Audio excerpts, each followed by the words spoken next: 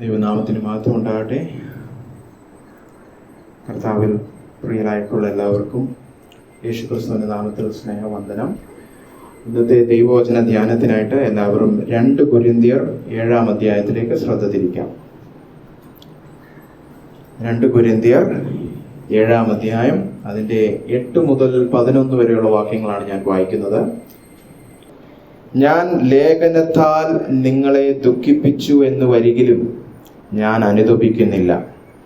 ആ ലേഖനം നിങ്ങളെ കുറെ നേരത്തേക്കെങ്കിലും ദുഃഖിപ്പിച്ചു എന്ന് കാണുന്നത് കൊണ്ട് മുൻപേ അനുതപിച്ചെങ്കിലും ഇപ്പോൾ ഞാൻ സന്തോഷിക്കുന്നു. നിങ്ങൾ ദുഃഖിച്ചതിനാലല്ല, മാനസാന്തരത്തിനായി ദുഃഖിച്ചതിനാൽ അത്രേ.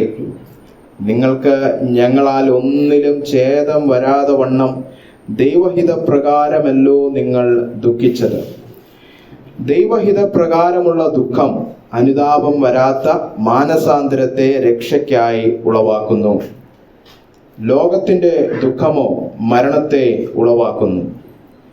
ദൈവഹിത പ്രകാരം നിങ്ങൾക്കുണ്ടായ ഈ ദുഃഖം എത്ര ഉത്സാഹം, എത്ര പ്രതിവാദം, എത്ര നീരസം, എത്ര ഭയം, എത്ര വാഞ്ച, എത്ര എരിവ്, എത്ര പ്രതികാരം നിങ്ങളിൽ ജനിപ്പിച്ചു. ഈ കാര്യത്തിൽ നിങ്ങൾ നിർമ്മലന്മാർ എന്ന് എല്ലാ വിധത്തിലും കാണിച്ചിരിക്കുന്നു. ദൈവനാമത്തിന് മഹത്വം ഉണ്ടാകട്ടെ. ഞാൻ അമേരിക്കയിൽ നിന്ന് ഇന്ത്യയിൽ തിരിച്ചു വന്നിട്ട് കഴിഞ്ഞ 4 വർഷമായിട്ടുള്ള എൻ്റെ ശുശ്രൂഷ ഒന്ന് വിലയിരുത്തിയപ്പോൾ ഞാൻ ഏറ്റവും കൂടുതൽ പ്രസംഗിച്ചിട്ടുള്ള വിഷയം മാനസാന്തരമാണ്. അപ്പോൾ ചിലർക്കൊക്കെ ഒരു ചിന്താഗതി ഉണ്ട്, മാനസാന്തരം ഒന്നും സഭയ്ക്കകത്തൊന്നും പ്രസംഗിക്കേണ്ട, അതുപോലെ സുവിശേഷ ഘോഷണ മീറ്റിങ്ങിലോ കൺവെൻഷനിലോ ഒക്കെ പ്രസംഗിച്ചാൽ മതി, മാനസാന്തരപ്പെട്ടവരല്ലയോ നമ്മുടെയൊക്കെ സഭയ്ക്കകത്ത് ഇരിക്കുന്നവര്. അപ്പൊ പിന്നെ എന്തിനാ സഭയ്ക്കകത്ത് വന്ന് ഇത്രത്തോളം മാനസാന്തരം നിരവധി തവണ പ്രസംഗിക്കുന്നത്? അത് അവർ വചനം വായിക്കാത്തതുകൊണ്ടാണ് അങ്ങനെ പറയുന്നത്, അല്ലെ? നമുക്കറിയാം, വെളിപ്പാട് പുസ്തകത്തിൽ 2-ാമത്തെ അധ്യായവും 3-ാമത്തെ അധ്യായവും ഉയർത്തെഴുന്നേറ്റ് സ്വർഗാരോഹണം ചെയ്ത യേശുക്രിസ്തുവിന് തന്റെ സഭയോട് പറയാനുള്ള ഏകദൂത് മാനസാന്തരപ്പെടുക. അന്നത്തെ കാലത്തെ അപ്പോസ്തോലിക സഭയോടാണ് അത് പറഞ്ഞത്, മാനസാന്തരപ്പെടുക. അപ്പോൾ മാനസാന്തരം എന്ന് പറയുന്ന വിഷയം സഭയ്ക്കും വളരെ പ്രസക്തമായ വിഷയം തന്നെയാണ്. ആമുഖമായിട്ട് എന്തുകൊണ്ടാണ് മാനസാന്തരം സഭയ്ക്കകത്ത് പ്രസംഗിക്കേണ്ടെന്നുള്ളത് ഒന്ന് ചൂണ്ടിക്കാണിച്ചിട്ട് നമ്മളിപ്പോൾ വായിച്ച വേദഭാഗത്തിലേക്ക് നമ്മൾ ശ്രദ്ധ തിരിക്കും. ഒന്നാമതായിട്ട്, മാനസാന്തരം സഭയ്ക്കകത്തെ വിശ്വാസികൾ, നിങ്ങളെല്ലാവരും ഇത് കേൾക്കേണ്ട കാരണം നമ്മുടെ ക്രിസ്തീയ വിശ്വാസത്തിന്റെ ഏറ്റവും അടിസ്ഥാനപരമായ ഉപദേശമാണ് മാനസാന്തരം. പലരും ക്രിസ്തീയ ജീവിതത്തിൽ വളരാത്തതിന്റെ കാരണം മാനസാന്തരത്തിൽ വളർച്ചയില്ല. അല്ലാതെ ഏതെങ്കിലും ഒരു മീറ്റിങ്ങിന് പോയിട്ട് ആരെങ്കിലും തലേ കൈ വെച്ചാൽ വളരുമെന്ന് വിചാരിക്കുന്ന ദോഷത്തരത്തിൽ വിശ്വസിക്കുന്നത് കൊണ്ടൊന്നുമല്ല വളർച്ച കിട്ടാത്തത്. വളർച്ച വരാത്തതിന്റെ കാരണം മാനസാന്തരത്തിൽ വളർച്ചയില്ല. നമ്മുടെ എല്ലാം ക്രിസ്തീയ ജീവിതം പലപ്പോഴും സ്റ്റക്കായി പോകുന്നതിന്റെ കാരണം അടിസ്ഥാനത്തിൽ ഉറയ്ക്കുന്നില്ല, അല്ലേ? നമ്മൾ വീട് കെട്ടുമ്പോൾ അടിസ്ഥാനം ഉറപ്പുണ്ടെങ്കിൽ 3 നില 5 നിലയൊക്കെ കെട്ടാം. 2 നിലയ്ക്കുള്ള ഒരു അടിസ്ഥാനം ഇട്ടിട്ട് 10 നില കെട്ടി വെച്ചാൽ എന്തോ പറ്റും? പൊളിഞ്ഞു തകർന്ന് വീണു പോകും, അല്ലേ? അടിസ്ഥാനം കെട്ടുന്നവർക്കൊക്കെ അറിയാം, അല്ലേ? നമ്മൾ ഈ പൈലിംഗ് ചെയ്യണം ഫ്ലാറ്റൊക്കെ കെട്ടുമ്പോൾ. അല്ലാതെ നമ്മുടെ വീട് കെട്ടുന്ന പോലത്തെ ഒരു അടിസ്ഥാനം കെട്ടി വെച്ച് 21 നിലയുടെ ഫ്ലാറ്റ് കെട്ടിയാൽ പൊളിഞ്ഞു തകർന്ന് കൈ പോകും എന്ന് പറഞ്ഞ പോലെ ക്രിസ്തീയ ജീവിതം, അല്ലെ? നമ്മളിപ്പോൾ ഒരുപാട് പേര് പ്രാർത്ഥിച്ചല്ലോ, എനിക്ക് അങ്ങ് കർത്താവിനെ പോലെ ആകണം, കർത്താവിൻ്റെ എന്തോ പോണ്ടേ, താഴോട്ട് പൈൽ ചെയ്യണം, ഹൃദയത്തിനകത്ത് കുഴിച്ചു താഴോട്ട് പോകണം, എന്തോ പോണ്ടേ, മാനസാന്തരം. ആ മാനസാന്തരം ഒന്നും വിശ്വാസികൾക്ക് വേണ്ട, അല്ലേ? എന്നിട്ട് വളർച്ച വേണം താനും. അതങ്ങനെ അത് നടക്കത്തില്ല, അല്ലേ? ക്രിസ്തീയ വിശ്വാസത്തിന്റെ അടിസ്ഥാന ഉപദേശമാണ്. ചില വാക്യങ്ങൾ വായിച്ച് സഹായിക്കാൻ കഴിയുന്നവർ വായിച്ച് സഹായിക്കണേ, എങ്കിലേ നമുക്ക് സമയത്തിന് ഇത് തീർക്കാൻ പറ്റുകയുള്ളൂ. അപ്പോസ്തല പ്രവൃത്തികൾ 20-17 മുതൽ 21 വരെയുള്ള വാക്യങ്ങൾ ഒന്ന് ശ്രദ്ധിക്കണമേ. അപ്പോസ്തലനായ പൗലോസ് എഫെസോസിലെ മൂപ്പന്മാരെ വിളിച്ചു വരുത്തുകയാണ്. എന്തിനു വേണ്ടിയിട്ടാണ്? താൻ അവരോട് ബൈ പറഞ്ഞു പോവുകയാണ്, അല്ലെ? ഇനി നമ്മൾ കാണുകയില്ല, എനിക്ക് നിങ്ങളോടുള്ള ശുശ്രൂഷയൊക്കെ തീർന്നു. വിടവാങ്ങൽ ശുശ്രൂഷയാണ്. വിടവാങ്ങുമ്പോൾ പൗലോസ് അവരുടെ ഇടയിൽ, എഫെസോസിന്റെ ഇടയിൽ, അത് അവരുടെ ഇടയിലാണ് ഏറ്റവും കൂടുതൽ ശുശ്രൂഷിച്ചത് താൻ. ഞാൻ ചെയ്ത ശുശ്രൂഷയുടെ ഒരു രത്ന ചുരുക്കം നിങ്ങളെ ഒന്ന് ഓർമ്മിപ്പിക്കാം എന്ന് പറഞ്ഞാണ് അപ്പോസ്തല പ്രവൃത്തികൾ 20:17 മുതൽ 21. ആരെങ്കിലും ഉച്ചത്തിലൊന്ന് വായിക്കാമോ? എഫെസോസിലേക്ക് ആളയച്ച് സഭയിലെ മൂപ്പന്മാരെ വരുത്തി. അവർ അവന്റെ അടുക്കൽ വന്നപ്പോൾ അവൻ അവരോട് പറഞ്ഞത്, ഞാൻ ആസിയയിൽ വന്ന ഒന്നാം ദിവസം മുതൽ എല്ലായ്പ്പോഴും നിങ്ങളോടുകൂടെ എങ്ങനെ ഇരുന്നു എന്ന് നിങ്ങൾ അറിയുന്നു. എല്ലായ്പ്പോഴും ഞാൻ എങ്ങനെ ഇരുന്നെന്ന് നിങ്ങൾ അറിയുന്നുവല്ലോ. വളരെ താഴ്മയോടും പദ്ധതിയോടും യഹൂദന്മാരുടെ ഗൂഢാലോചനകളാൽ എനിക്കുണ്ടായ തീക്ഷ്ണമായ പരിശോധനകളോടും കൂടെ ഞാൻ കർത്താവിനെ സേവിച്ചു. എല്ലാ കഷ്ടതയും സഹിച്ചു വില കൊടുത്ത് അപ്പോസ്തലൻ ശുശ്രൂഷിച്ചു. എന്തോ ശുശ്രൂഷിച്ച? അടുത്ത വാക്യം,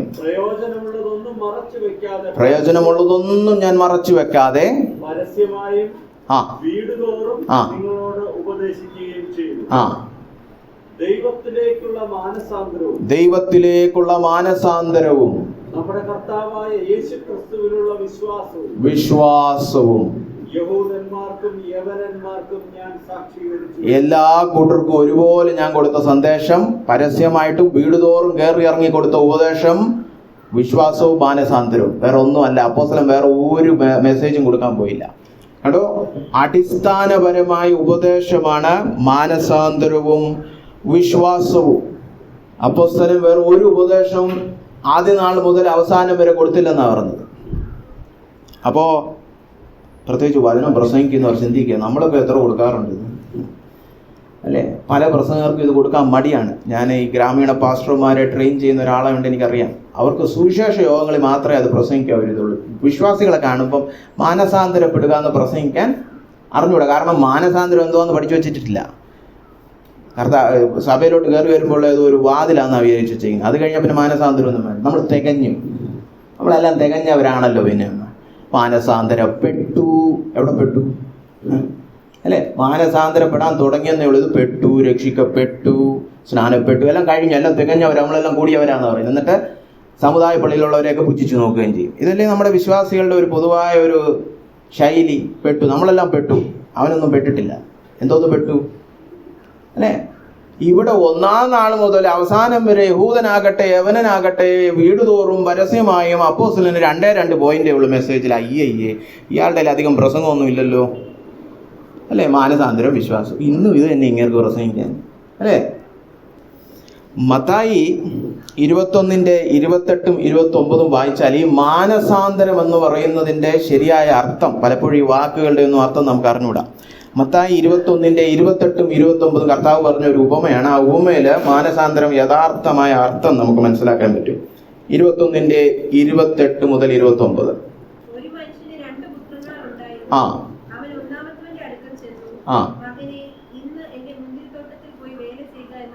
പറഞ്ഞു. എനിക്ക് മനസ്സില്ല എന്ന് ആദ്യം ഉത്തരം പറഞ്ഞു. പിന്നത്തേതിൽ അനുതപിച്ചു പോയി. അപ്പൊ ആദ്യം പറഞ്ഞു അനുസരിക്കാൻ പോയെന്ന്, പിന്നത്തേതിൽ അനുതാപം. അതാണ് മാനസാന്തരത്തിന്റെ യഥാർത്ഥ അർത്ഥം. വീണ്ടും വിചാരം. ഞാൻ മുന്നമേ ചിന്തിച്ച ചിന്ത തെറ്റായിരുന്നെന്ന് എനിക്ക് തന്നെ ഒരു തിരിച്ചറിവ് തോന്നുന്നു. അതാണ് മാനസാന്തരം. ആ മാനസാന്തരം എന്ന് പറഞ്ഞാൽ യവന പദത്തിന്റെ ശരിയായ അർത്ഥം അതാണ് അല്ലേ? നമ്മൾ ഇംഗ്ലീഷിൽ പറയും സെക്കൻഡ് തോട്ട്സ് അല്ലെ? ഒരു വീണ്ടും വിചാരം വരുന്നു. ആദ്യം ചിന്തിച്ചത് അയ്യോ അത് ശരിയായിരുന്നില്ലല്ലോ എന്ന് പാപത്തെക്കുറിച്ച് നമുക്ക് തോന്നണം. അല്ലാതെ നമ്മുടെ പള്ളിയെക്കുറിച്ചോ സഭയെക്കുറിച്ചോ അല്ലെങ്കിൽ കടഭാരം മാറാനുള്ള ടെക്നിക്കോ ഒന്നും അല്ല. ഇന്ന് അതൊക്കെയാണ് മാനസാന്തരം. അതൊന്നുമല്ല മാനസാന്തരം. ദൈവത്തിലേക്കുള്ള മാനസാന്തരം എന്ന് പറഞ്ഞാൽ ദൈവം വിട്ടുപോയ പാത ശരിയായിരുന്നില്ലല്ലോ, വീണ്ടും വിചാരം കടന്നു വരണം. പിന്നത്തേതിൽ അനുതാപം. അങ്ങനെ മനസ്സിന് അന്തരം വരുന്നതിനെയാണ് മാനസാന്തരം അല്ലേ? അനുതാപം അല്ലേ? താപങ്ങൾ ചേർന്ന് വരുമ്പോൾ അനുതാപം. പിതാവ് പറഞ്ഞതും ഞാൻ അനുസരിക്കുന്നതും ഒരേ കാര്യമായി. അതാണ് അനുതാപം അല്ലേ? ഈ വാക്കുകളൊന്നും നമ്മൾ സ്ഥിരം ഉപയോഗിക്കാത്തതുകൊണ്ട് നമുക്ക് പലപ്പോഴും അറിഞ്ഞൂടാ. അപ്പോൾ ഈ മാനസാന്തരം ചിലരും ചിന്തിക്കുന്ന ഇത്രയേ ഉള്ളൂ, മനസ്സിലൊരു മാറ്റം വന്നു, അതും പോരാ അല്ലേ? വചനപ്രകാരമുള്ള മാനസാന്തരത്തിൽ 3 ഘടകങ്ങളുണ്ട്. അപ്പോസ്തല പ്രവൃത്തികൾ 26:20 വായിച്ചേ. പൗലോസ് അത് വ്യക്തമാക്കുന്നുണ്ട്. അപ്പോസ്തല പ്രവൃത്തികൾ 26:20. ആദ്യം യെരൂശലേമിലും അല്ലെ, ദമസ്കോസിലും, അതെ, ആ പിന്നെ ജാതികളോടും ആ മാനസാന്തരപ്പെട്ട് ആ ദൈവത്തിങ്കിലേക്ക് തിരിഞ്ഞ് മാനസാന്തരത്തിന് യോഗ്യമായ പ്രവൃത്തികൾ ചെയ്യണം എന്ന് പ്രസംഗിച്ചു. കണ്ടോ, അപ്പോസ്തലൻ പ്രസംഗിച്ച മാനസാന്തരത്തിനകത്ത് ഈ 3 ഘടകങ്ങളും ഉണ്ട്. ആദ്യം നിങ്ങൾ പാപത്തിൽ നിന്ന് തിരിയണം. രണ്ടാമത് ദൈവത്തിലേക്ക് തിരിയണം. സഭയിലേക്കോ പാസ്റ്ററിലേക്കോ ഒരു കൂട്ടം ആളുകളിലേക്കോ ഒന്നും തിരിഞ്ഞിട്ട് കാര്യമില്ല, ഒരു മതത്തിലേക്ക് തിരിഞ്ഞിട്ട് കാര്യമില്ല. പിന്നെ അതും കഴിഞ്ഞിട്ട് മാനസാന്തരത്തിന് യോജിച്ച പ്രവൃത്തികളും ചെയ്യണം. ഇതാണ് അപ്പോസ്തലൻ ഉപദേശിച്ചത് എല്ലായിടത്തും. ദമസ്കോസിലും പിന്നെ യെരുശലേമിലും പിന്നെ എവിടെ പോയി ഉപദേശിച്ചു അവിടെ എല്ലാം പൗലോസിന്റെ മാനസാന്തര ഉപദേശത്തിൽ ഈ 3 ഘടകങ്ങളും ഉണ്ട്. അപ്പൊ നമ്മളൊക്കെ മാനസാന്തരപ്പെട്ടു എന്ന് പറയുമ്പോൾ ഈ 3 ചെയ്തോ? പാപത്തിൽ നിന്ന് തിരിഞ്ഞോ? പൂർണ്ണമായിട്ടും തിരിച്ചറിവ് വന്നോ? വീണ്ടും വിചാരം വന്നോ? അത് ശരിക്കും പാപം കൊള്ളത്തില്ല. അല്ലാതെ നരകത്തിൽ പോവും, എനിക്ക് നഷ്ടം വരും, അതല്ല. പാപം വെറുക്കേണ്ടതാണ്. പാപത്തിന്റെ അനന്തരഫലങ്ങളിൽ നിന്ന് തിരിയണമെന്നല്ല അവിടെ പറഞ്ഞു. പാപം അല്ലെ, റിപ്പന്റൻസ് ഫ്രം ഹെല്ലല്ല. നരകത്തിൽ നിന്നുള്ള മാനസാന്തരം ഒന്നും ഒരിടത്തും പഠിപ്പിച്ചിട്ടില്ല. പാപത്തിൽ നിന്നുള്ള, പാപം ചെയ്യാൻ ഇഷ്ടമില്ല, ഇനി പാപത്തിലുള്ള ആനന്ദം പോയി, അതാണ് മാനസാന്തരം. എന്നിട്ട് എന്ത് ചെയ്യണം? ഇനി പാപത്തിന്റെ സ്ഥാനം ദൈവം എടുക്കും. ഇനി എൻ്റെ ആനന്ദം, എൻ്റെ ലക്ഷ്യം, എന്നെ പ്രചോദിപ്പിക്കുന്നതെല്ലാം ദൈവമാണ്. പാപത്തിന്റെ സ്ഥാനം ദൈവം എടുത്തോ എന്നത് പറഞ്ഞാലും മാത്രം പോരാ, പ്രവൃത്തിയിൽ തെളിവായി വരണം. പ്രവൃത്തികൾ, മാനസാന്തരത്തിന് അനുയോജ്യമായ പ്രവൃത്തികൾ. സ്നാപയോഹന്നാനും അത് തന്നെ പറഞ്ഞത് അല്ലെ. പരീക്ഷന്മാർ കുറച്ചുപേര് സ്നാനപ്പെടാൻ പറഞ്ഞു. എല്ലാവരും സ്നാനപ്പെടണം, ഞാനും പോയി സ്നാനപ്പെടാം അല്ലെ. ഇന്നിപ്പോ ഫാഷൻ അതാണല്ലോ, സ്നാനപ്പെട്ട് വേർപാട് സഭയിൽ പോയി. അങ്ങനെ എന്നപ്പോഴും അവരുടെ നീയൊക്കെ ചുമ്മാ പേരിനൊന്നും വന്നിട്ട് കാര്യമില്ല അല്ലെ. കുറെ പേരൊക്കെ വിളിച്ചവര് അല്ലെ, സർപ്പസന്തതികൾ എന്നൊക്കെ വിളിച്ച. മാനസാന്തരത്തിന് അനുയോജ്യമായ പ്രവൃത്തികൾ എവിടെ? ഇന്ന് സ്നാനപ്പെടുത്താൻ വരുമ്പോൾ ഏതെങ്കിലും പാസ്റ്റർ ചോദിക്കാറുണ്ടോ പ്രവൃത്തികൾ എവിടെ? എന്തോ നിന്റെ മാനസാന്തരം? അത് ഞാൻ മീറ്റിങ്ങിന് മുമ്പോട്ട് പോയി, അതൊന്നും പോരാ. പ്രവൃത്തി, നിന്റെ പ്രവൃത്തി എന്തോ? നിന്റെ ഏത് ഭാഗത്തിൽ നിന്ന് തിരിഞ്ഞു? അത് ചോദിക്കാറുണ്ടോ ആരെങ്കിലും? ചോദിക്കുന്നില്ല, ചോദിച്ചു തുടങ്ങണം. പാസ്റ്റർമാരും പ്രത്യേകിച്ച് സ്നാനപ്പെടുത്തുന്ന സഹോദരന്മാരും ചോദിക്കണം. ചോദിച്ചിട്ട് ഒന്നുമില്ല, അയ്യോ ഒന്നുമില്ല, മറ്റേ സഭയിൽ നീ സഭയിൽ വരാനാ, അതൊന്നും പോരാ. നീ പോയി വീട്ടിൽ പോ, നേരെ മാനസാന്തരപ്പെടും, എന്നിട്ട് നമ്മൾ സ്നാനപ്പെടുത്താം. അങ്ങനെയുള്ളവരെ സ്നാനപ്പെടുത്തിയാൽ മതി. അല്ലാതെ എനിക്ക് ജലസ്നാനത്തെക്കുറിച്ചുള്ള ഉപദേശത്തിൽ എനിക്ക് ബോധ്യം വന്നു, ശരിയാണ്, എൻ്റെ പഴയ സ്നാനം തെറ്റാണ്, ഇനി ഒന്നുകൂടെ സ്നാനപ്പെടണം. വല്ല കുളിമുറിയിലും കയറി കുളിക്കേ. അല്ലാതെ സ്നാനം അതിനുള്ളതല്ല. മാനസാന്തരപ്പെട്ടവർക്കാണ് സ്നാനം. മാനസാന്തരപ്പെട്ടോ? എന്തോ മാനസാന്തരപ്പെട്ടോ? ഈ പറഞ്ഞ പോലെ പാപത്തിൽ നിന്ന് തിരിഞ്ഞ് ദൈവത്തിലേക്ക് തിരിഞ്ഞ് അതിന് അനുയോജ്യമായ പ്രവർത്തികൾ അല്ലേ. പണ്ടൊരിക്കൽ ഒരു ദൈവദാസൻ പറഞ്ഞിട്ടുണ്ട്, ഒരിക്കൽ ഇതുപോലെ ചോദിച്ചു, എന്തുവാടാ നിന്റെ മാനസാന്തരം? അപ്പോൾ ഒരു ശിശുവാണ് അല്ലെ, ശൈശവത്തിലുള്ളൊരു വിശ്വാസിയാണ് ഈ വരുന്നത്. പാസ്റ്ററെ, ഞാൻ പണ്ട് നഖം കടിക്കുമായിരുന്നു, ഇപ്പൊ യേശു ക്രിസ്തുവിനെ ഓർത്തിപ്പം നിർത്തി. ശരി, സ്നാനപ്പെടുത്താം. കാരണം അവൻ എന്തെങ്കിലും പറയാനുണ്ട്. അവൻ്റെ ഒരു ദുശീലവും മാറ്റി.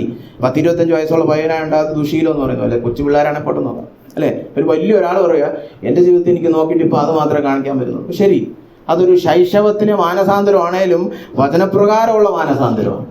അല്ലാതെ ചുമ്മാ സ്നാനപ്പെടാൻ സ്നാനത്തിന്റെ ടൂറിസം എല്ലാവരും ഇങ്ങ് പോരെ അല്ലേ. ആ സഭയിൽ ഈ സഭയിൽ ചേരണം, ഇവിടെ ഇങ്ങനെ ഒരു കുളത്തിനകത്തോടെ കയറിയാലേ ഇവിടെ വരാൻ പറ്റത്തുള്ളൂ. അതല്ല മാനസാന്തരം, അതല്ല സ്നാനം അല്ലേ. അപ്പോൾ വചനപ്രകാരമുള്ള ബിബ്ലിക്കലായിട്ടുള്ള മാനസാന്തരത്തിൽ ഈ 3 ഘടകങ്ങളും ഉണ്ട്. ഒരു കാര്യം കൂടെ ഓടിച്ചു പറഞ്ഞുകൊള്ളട്ടെ. അടിസ്ഥാന ഉപദേശമാണെന്ന് പറയുമ്പോൾ എന്തുവാ നമ്മൾ മാനസാന്തരപ്പെടേണ്ടേ? പഴയ നിയമം പുതിയ നിയമമൊക്കെ ചേർത്ത് ഞാൻ 3 കാര്യങ്ങൾ പറയും. ഒന്നാമതായിട്ട്, ഹൃദയത്തിലുള്ള എല്ലാ വിഗ്രഹാരാധനയിൽ നിന്നും മാനസാന്തരപ്പെടണം. പറഞ്ഞു കേട്ടോ, ഹൃദയത്തിലുള്ള, അല്ല എന്നെ പോലെ അക്രൈസ്തവ പാരമ്പര്യത്തിൽ നിന്ന് വരുന്നവര് മറ്റേ വിഗ്രഹം വിട്ട് വരണമെന്ന് മാത്രം പറഞ്ഞാൽ പോരാ. ക്രൈസ്തവ പാരമ്പര്യത്തിൽ ജനിച്ച നാൾ മുതൽ ഇങ്ങനെ സഭയ്ക്കകത്തിരിക്കുന്നവനും ഹൃദയത്തിനകത്തെ വിഗ്രഹങ്ങൾ മാറ്റണം. സക്കായിയുടെ കഥ അറിയാമല്ലോ. മാനസാന്തരത്തിന്റെ ഏറ്റവും ഭംഗിയായ ഒരു ചിത്രമാണ് അല്ലേ. കർത്താവ് പോയി മാനസാന്തരത്തെക്കുറിച്ച് പ്രസംഗിച്ചൊന്നുമില്ല. എത്ര പ്രസംഗിച്ചു സക്കായിയോട്? ഒന്നും ചെയ്തില്ല. അവനോട് സ്നേഹം കാണിച്ചതേ ഉള്ളൂ. സക്കായി ഇങ്ങ് പോരെ അല്ലെ. എല്ലാവരാലും വെറുക്കപ്പെട്ട സക്കായിയെ പേര് ചൊല്ലി വിളിച്ച കർത്താവ്. ആരും പോകാൻ ഇഷ്ടപ്പെടാത്ത സക്കായിയുടെ വീട്ടിൽ ഞാൻ പോവാന്ന് അവന്റെ ഹൃദയം അലിഞ്ഞു. അപ്പോഴേ വീട്ടിൽ ചെന്ന് സക്കായിയോട് പ്രസംഗിച്ചൊന്നുമില്ല. മോനെ, ഞാൻ ഒരു 10 ബൈബിൾ സ്റ്റഡി എടുക്കട്ടെ പണമോഹത്തെക്കുറിച്ച്. ഇന്ന് വിശ്വാസികൾ 10 ബൈബിൾ സ്റ്റഡി കേട്ടിട്ട് ഒരു മാറ്റവും. സക്കായി സ്നേഹം രുചിച്ചറിഞ്ഞു, സ്വമേധ ഏറ്റു പറഞ്ഞു, ഇനി പണമല്ല എൻ്റെ ദൈവം, ഇനി കർത്താവായ യേശുക്രിസ്തുവാണ് എൻ്റെ ദൈവം. പണമൊക്കെ ഞാൻ തട്ടിച്ചും വെട്ടിച്ചും ഒക്കെ ഉണ്ടാക്കി അതെല്ലാം ഞാൻ കൊടുത്തു തീർക്കും. സ്വമേധ പറഞ്ഞു അല്ലേ? ഇന്ന് സ്നാനപ്പെടാൻ വരുന്ന എത്ര പേര് അങ്ങനെ പറയുന്നുണ്ട്, ഞാൻ ടാക്സ് വെട്ടിച്ചായിരുന്നു, ഞാൻ ഓഫീസിൽ നിന്ന് കുറച്ച് അടിച്ചു മാറ്റി അതെല്ലാം കൊടുത്തേച്ച് വന്ന് സ്നാനപ്പെടട്ടെ. ഇല്ല, ഇന്ന് അവനെയൊക്കെ പിടിച്ച് ബ്ലേഡുകാരനെയൊക്കെ പിടിച്ച് സ്നാനപ്പെടുത്തുക അല്ലേ? ഇതാണ് നമ്മുടെ നാട്ടിലെ കപടത. ഇവിടെ സക്കായി ഏറ്റു പറഞ്ഞു, കർത്താവ് ഞാൻ കൊടുക്കും. അപ്പൊ കർത്താവ് പറഞ്ഞു, ഉറപ്പായിട്ട് ഈ വീട്ടിലെ രക്ഷ വന്നു അല്ലേ? അവിടെ മാത്രമേ ഉള്ളൂ കർത്താവായ യേശുക്രിസ്തു ഏതെങ്കിലും ഒരു സുവിശേഷത്തിലെ ഒരു വ്യക്തിക്ക് രക്ഷ കിട്ടിയെന്ന് ഉറപ്പായിട്ട് പറയുന്നു. വേറെ ഒരിടത്തും പറഞ്ഞിട്ടില്ല. ഒരു വ്യക്തിയുടെ, പത്രോസിന്റെ ഒരു അപ്പോസ്തലന്റെ കാര്യത്തിൽ പോലും കർത്താവ് എടുത്തു പറഞ്ഞിട്ടില്ല ഇവന് രക്ഷ കിട്ടിയെന്ന്. രക്ഷ കിട്ടിയെന്ന് പറഞ്ഞത് ഒരൊറ്റ വ്യക്തിയുടെ കാര്യത്തിലാണ്, ഹൃദയത്തിലെ ആരാധനയ്ക്ക് മാറ്റം വന്നവൻ. ഇനി ഞാൻ പണമല്ല ആരാധിക്കുന്നത്, ഇനി ഞാൻ ദൈവത്തെ ആരാധിക്കുമെന്ന് പറയുക മാത്രമല്ല പ്രവൃത്തിയിലൂടെയും തെളിയിച്ചു. അപ്പൊ ഹൃദയത്തിലെ വിഗ്രഹങ്ങളിൽ നിന്ന് തിരിഞ്ഞ് ദൈവത്തിലേക്ക് തിരിഞ്ഞ് അതിനനുയോജ്യമായ പ്രവൃത്തികൾ ചെയ്യണം. 1 തെസ്സലോനിക്കർ 1:10 തന്നെ പറഞ്ഞിരിക്കുന്നത്, നിങ്ങൾ വിഗ്രഹങ്ങളെ വിട്ട് സത്യദൈവത്തിലേക്ക് തിരിഞ്ഞിരിക്കുന്നത് എല്ലാവരും അറിഞ്ഞിരിക്കുന്നു, നിങ്ങളുടെ മാനസാന്തരം. അപ്പൊ നിങ്ങളൊക്കെ മാനസാന്തരപ്പെട്ടു എന്ന് പറയുമ്പോൾ ഏത് വിഗ്രഹത്തിൽ നിന്ന് തിരിഞ്ഞോ? പണമോഹത്തിൽ നിന്ന് തിരിഞ്ഞോ? സ്വാർത്ഥതയിൽ നിന്ന് തിരിഞ്ഞോ? ലൈംഗിക മോഹങ്ങളിൽ നിന്ന് തിരിഞ്ഞോ? ഈ സമൂഹത്തിലെ മാന്യതയാണ് ഏറ്റവും വലുത്, ദൈവഹിതമൊന്നും അല്ല എന്നൊക്കെ പറയുന്ന നമ്മുടെ ഈ ലൗകിക ചിന്തയുണ്ടല്ലോ, അതിൽ നിന്ന് തിരിഞ്ഞോ? പിന്നെ എന്തുവാ മാനസാന്തരപ്പെട്ടെന്ന് പറഞ്ഞ്? പല വിശ്വാസികൾക്ക് ഇത്രേ ഉള്ളൂ, മറ്റേ സഭയിൽ ഇങ്ങോട്ട് വന്നു അത്രേ. ഇവിടെ കുറച്ചുകൂടെ വചനമൊക്കെ പ്രസംഗിക്കുന്നുണ്ട് കേട്ടോ, നല്ലതാണ്. അവിടെ ചുമ്മാ എന്തൊക്കെയോ ആചാരങ്ങളും അനുഷ്ഠാനങ്ങളും, അതുകൊണ്ട് പിന്നെ ഇങ്ങോട്ട് വരാൻ വേണ്ടി. അതാണ് മാനസാന്തരം. അത് മാനസാന്തരമല്ല. സഭയുടെ അഡ്രസ്സ് മാറുന്നത് മാനസാന്തരമല്ല. ഹൃദയത്തിലെ ആരാധന മാറണം. രണ്ടാമതായിട്ട് അകൃത്യങ്ങളിൽ നിന്ന് മാനസാന്തരപ്പെടണം. അകൃത്യങ്ങൾ എന്ന് പറഞ്ഞാൽ വെറും പാപം മാത്രമല്ല. അകൃത്യം എന്ന് പറഞ്ഞാൽ ദൈവത്തിന്റെ നിയമലംഘനങ്ങൾ. അതായത് 10 കൽപ്പന എടുത്തു വെച്ച് നോക്കണം, ഏതൊക്കെ കൽപ്പന അനുസരിച്ചില്ലെങ്കിൽ മാനസാന്തരപ്പെടണം. അപ്പോൾ 10 കൽപ്പന എടുത്ത് ചിന്തിക്കുക.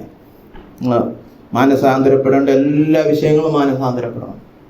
സമയമില്ലാത്തതുകൊണ്ട് ഞാൻ അതിലൂടെ കിടക്കുന്നില്ല. അത് കഴിഞ്ഞ് അവസാനം എബ്രായർ 6:1 നിർജീവ പ്രവൃത്തികളിൽ നിന്ന് മാനസാന്തരപ്പെടണം. എന്താ നിർജീവ പ്രവൃത്തികൾ? രക്ഷ ലഭിക്കുമെന്നും പറഞ്ഞ് ചെയ്ത സൽപ്രവൃത്തികളാണ് നിർജീവ പ്രവൃത്തികൾ. സഭയിൽ പോയതും പാട്ട് പാടിയതും സ്തോത്ര കാഴ്ച കൊടുത്തതും നീതി പ്രവൃത്തികൾ ചെയ്തതും നമ്മൾ വിചാരിച്ചു നമുക്ക് സ്വന്തമായിട്ട് രക്ഷിക്കപ്പെടാമെന്ന്. യേശുക്രിസ്തുവിന് പകരമായി നിങ്ങൾ ആശ്രയിച്ച എല്ലാ നന്മ പ്രവൃത്തികളും നിങ്ങൾ എന്ത് ചെയ്യണം? മാനസാന്തരപ്പെടണം. അതാണ് നിർജീവ പ്രവൃത്തികളിൽ നിന്ന് മാനസാന്തരപ്പെടുക. ജീവൻ തരാത്ത പ്രവൃത്തികൾ, അതാണ് മതം. നിങ്ങളൊക്കെ നിങ്ങളുടെ മതം മാനസാന്തരപ്പെട്ടോ? ക്രിസ്തീയ മതമായിരിക്കും, വലിയ കൂടിയ സഭയായിരിക്കും, ഈ നാട്ടിൽ ഉണർവിറക്കിയ വല്ല വേർപാട് സഭ തന്നെ ആയിരിക്കും. മാനസാന്തരപ്പെട്ടോ?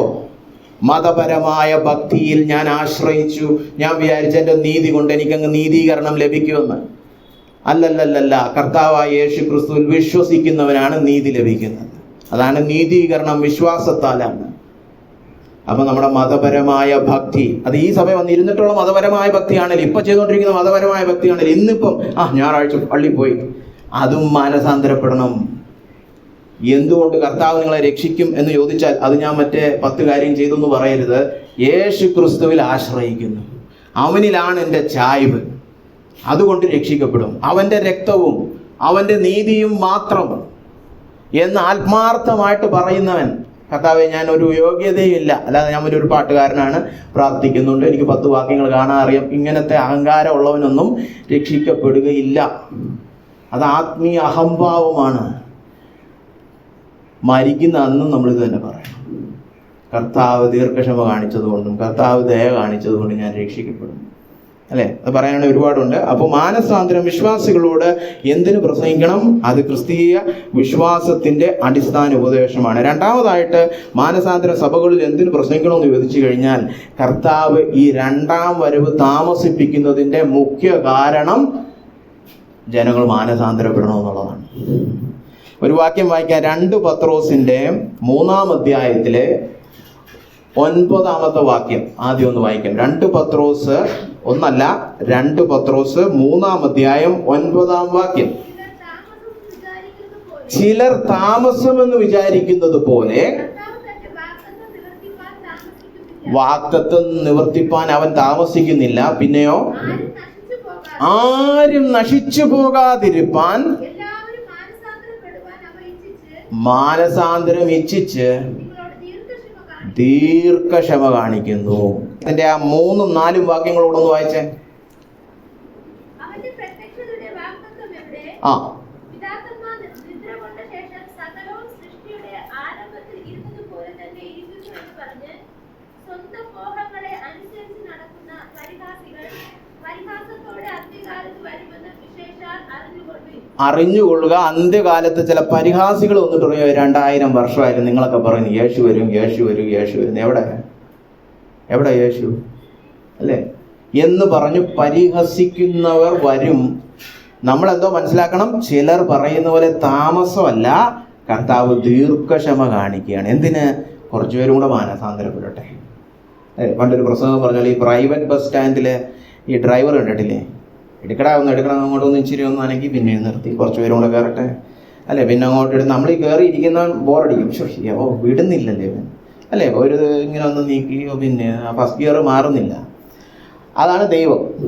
2000 വർഷം 1000 വർഷം കഴിഞ്ഞിട്ട് കർത്താവ് വന്നിരുന്നെങ്കിൽ നമ്മളെല്ലാം നരകത്തിൽ പോയേനെ. 100 വർഷം മുമ്പ് കർത്താവ് വന്നിരുന്നെങ്കിൽ നമ്മളെല്ലാം നരകത്തിൽ പോയേനെ. 30 വർഷം മുമ്പ് വന്നിരുന്നെങ്കിൽ ചിലരൊക്കെ പോവായിരിക്കും, ബാക്കിയൊക്കെ നമ്മളൊക്കെ പോക്കാൻ. ഇവിടുത്തെ പിള്ളേരൊക്കെ പോയി അല്ലേ. അപ്പൊ കർത്താവ് താമസം കാണിക്കുകയല്ല, കർത്താവ് ദീർഘക്ഷമ കാണിക്കുകയാണ്, ആരും നശിച്ചു പോകരുത് എന്നുള്ള ഉദ്ദേശം വെച്ചിട്ട്. അപ്പൊ ഒരു ചോദ്യം, അന്ത്യകാലത്ത് കർത്താവിന്റെ ഹൃദയത്തോട് ഏറ്റവും അടുത്തിരിക്കുന്ന വിഷയം ഏതാ?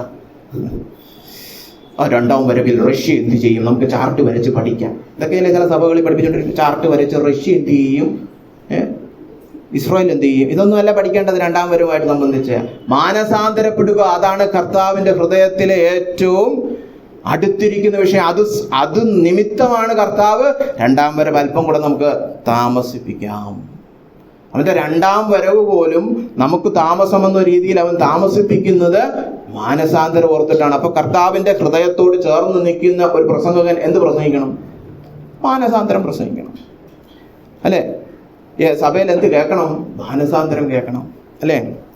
അതുകൊണ്ട് ഈ അന്ത്യനാളിൽ പ്രത്യേകിച്ച് ഊന്നൽ നൽകി പഠിപ്പിക്കേണ്ട ഒരു വിഷയമാണ് മാനസാന്തരപ്പെടുക. സഭയ്ക്കകത്തും ചിലരൊക്കെ ഇരിപ്പുണ്ട്, അവരുടെ വിചാരം മറ്റേ സഭ വിട്ട് ഈ സഭയിൽ വന്നല്ലോ, സ്നാനപ്പെട്ടല്ലോ, ഇവിടെ എല്ലാവരും ഞാൻ വലിയ വിശുദ്ധനാന്ന് ചിന്തിക്കുന്നു, അപ്പൊ പിന്നെ ഞാൻ മാനസാന്തരപ്പെട്ടവനാന്നാ ചിന്തിച്ചു വെച്ചിരിക്കുന്നത്. അല്ല, നിങ്ങൾ മാനസാന്തരപ്പെട്ടിട്ടൊന്നുമില്ല. അങ്ങനെ മനുഷ്യര് പറയല്ല വേണ്ടത്. ദൈവസന്നിധിയിൽ പ്രാഗൽഭ്യത്തോടെ പറയാൻ പറ്റണം, പാപം വിട്ട് ദൈവത്തിലേക്ക് ഞാൻ തിരിഞ്ഞു, എൻ്റെ ജീവിതത്തിൽ അതിനുള്ള ഫലങ്ങളുണ്ട്.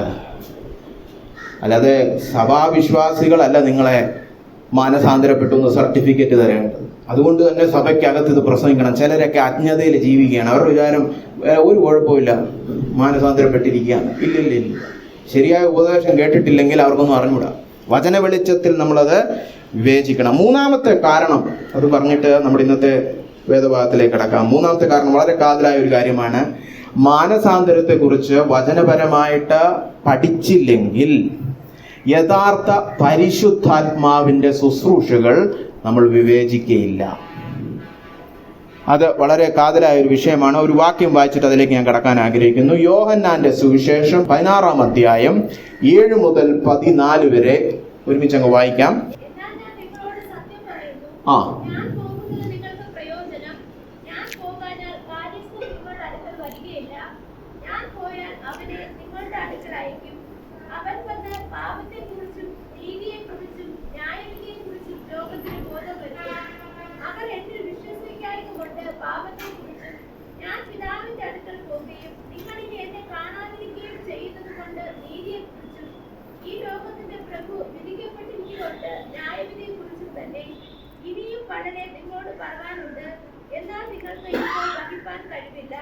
സത്യത്തിന്റെ ആത്മാവ് വരുമ്പോഴോ അവൻ നിങ്ങളെ സകല സത്യത്തിലും വഴി നടത്തും.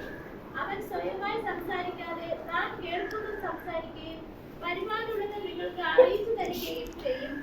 അവൻ എനിക്കുള്ളത് നിന്നെടുത്ത് നിങ്ങൾക്ക് അറിയിച്ചു തരുന്നത് കൊണ്ട് എന്നെ മഹത്വപ്പെടുത്തും. ആമേൻ. അവിടെ കർത്താവ് വരുവാനിരിക്കുന്ന പരിശുദ്ധാത്മാവിനെ കുറിച്ച് അപ്പോസ്തലന്മാരോട് സംസാരിക്കുകയാണ്. അവൻ പറയുകയാണ്, ഈ വരുവാനുള്ള കാര്യസ്ഥൻ പരിശുദ്ധാത്മാവ് കടന്നു വന്നാൽ ലോകത്തെ പാപത്തെക്കുറിച്ചും നീതിയെക്കുറിച്ചും വരുവാനിരിക്കുന്ന ന്യായവിധിയെക്കുറിച്ചും ബോധ്യം നൽകും. പാപത്തെക്കുറിച്ച് ബോധ്യം, പാപബോധം ഉളവാക്കുന്നവനാണ് പരിശുദ്ധാത്മാവ്, അല്ലേ? പാപബോധം ഉളവാക്കി മാനസാന്തരം ജനിപ്പിക്കുന്നവനാണ് പരിശുദ്ധാത്മാവ്. ഇത് നമ്മൾ മനസ്സിലാക്കണം. മാനസാന്തരവും പരിശുദ്ധാത്മാവും തമ്മിലുള്ള ഈ അഭേദ്യ ബന്ധം എപ്പോഴും മനസ്സിൽ വെച്ച് വേണം പരിശുദ്ധാത്മാവിൻ്റെ പ്രവൃത്തികളെ വിവേചിക്കാൻ.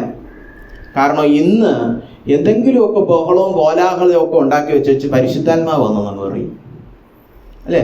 നമ്മുടെ നാട്ടിൽ നടക്കുന്ന ഒരു കാര്യമാണ്, എന്തെങ്കിലും ഒരു രോമാഞ്ചം വന്നാൽ മതിയോ പരിശുദ്ധാത്മാവ്. ഇപ്പൊ പരിശുദ്ധാത്മാവ് ഒരു കോമാളിയായി മാറിയിരിക്കുക, അല്ലേ? പൊതുവെ വിശ്വാസികൾ പറയപ്പെടുന്നത് സിനിമയൊന്നും കാണുന്നില്ല, അപ്പൊ പിന്നെ സഭയിൽ വരുമ്പോൾ എന്തെങ്കിലുമൊക്കെ വിനോദമൊക്കെ വേണ്ടേ. അപ്പൊ ഒരു കോമാളി ഇറങ്ങി വന്നിട്ടുണ്ട് പരിശുദ്ധാത്മാവ്. ഇങ്ങനെ നടന്നൊക്കെ പോയി ആളുകളുടെ അവിടെ ഇവിടെ കിക്ലിയൊക്കെ ഇട്ട്, ഇതാണ് ഇപ്പോഴത്തെ പരിശുദ്ധാത്മാവ്, അല്ലെ? ദുഃഖിച്ചിരിക്കുന്നവരെ ഒന്ന് വിറപ്പിച്ച്, അല്ലെ? അവരുടെ കണ്ണീരൊക്കെ അങ്ങോട്ട് ഇറക്കി, ഇങ്ങനെ എന്തോ ഒരു സുഖം തരുന്ന ഒരു ലഹരിയായിട്ട് മാറിയിരിക്കുകയാണ് പരിശുദ്ധാത്മാവ്. അല്ലാതെ വചനപ്രകാരമുള്ള പരിശുദ്ധാത്മാവിനെ തിരിച്ചറിയുന്നില്ല. ഇന്ന് പല സഭകളിലും അത് മതി. അപ്പൊ ഇന്ന് എന്ത് പോഷത്തരവും നോൺസെൻസും പരിശുദ്ധാത്മാവ് എന്ന് പറയാൻ വളരെ എളുപ്പമാണ്. കുറച്ച് വൈകാരികതയും കുറച്ച് അനുഭൂതിയൊക്കെ ഉണ്ടെങ്കിൽ, അല്ലേ? ഇപ്പൊ ഞാൻ അങ്ങോട്ട് പ്രസംഗിക്കുന്നു, ബിനു ബ്രദർ അങ്ങോട്ട് തുള്ളാൻ തുടങ്ങുന്നു, മറ്റേ ആന്റണി ബ്രദർ പറച്ച് തറക്കിടന്ന് ഉരുളുന്നു, ഓഹോ ഈ ഉണർവായി, ഉണർവ്, അല്ലെ? ഇവർക്കൊന്നും ഒരു പാപബോധവും വരണ്ട, ഒരു മാനസാന്തരവും വരണ്ട. അവർ തറയിൽ കിടന്ന് കുറച്ച് പൊടിയൊക്കെ മേത്താക്കിയ ഉണർവ് പറഞ്ഞില്ലേ? പാറശാലയിൽ ഉണർവ്. എന്തോ ഉണർവ്. കുറച്ചു പേർക്ക് വിറയൽ വന്നു, അതുപോലെ മറ്റേ ഫിക്സ്, മറ്റേ അസുഖമായിരിക്കും, അല്ല താക്കോലും എടുത്ത് കൈ കൊടുക്കും, അല്ലേ?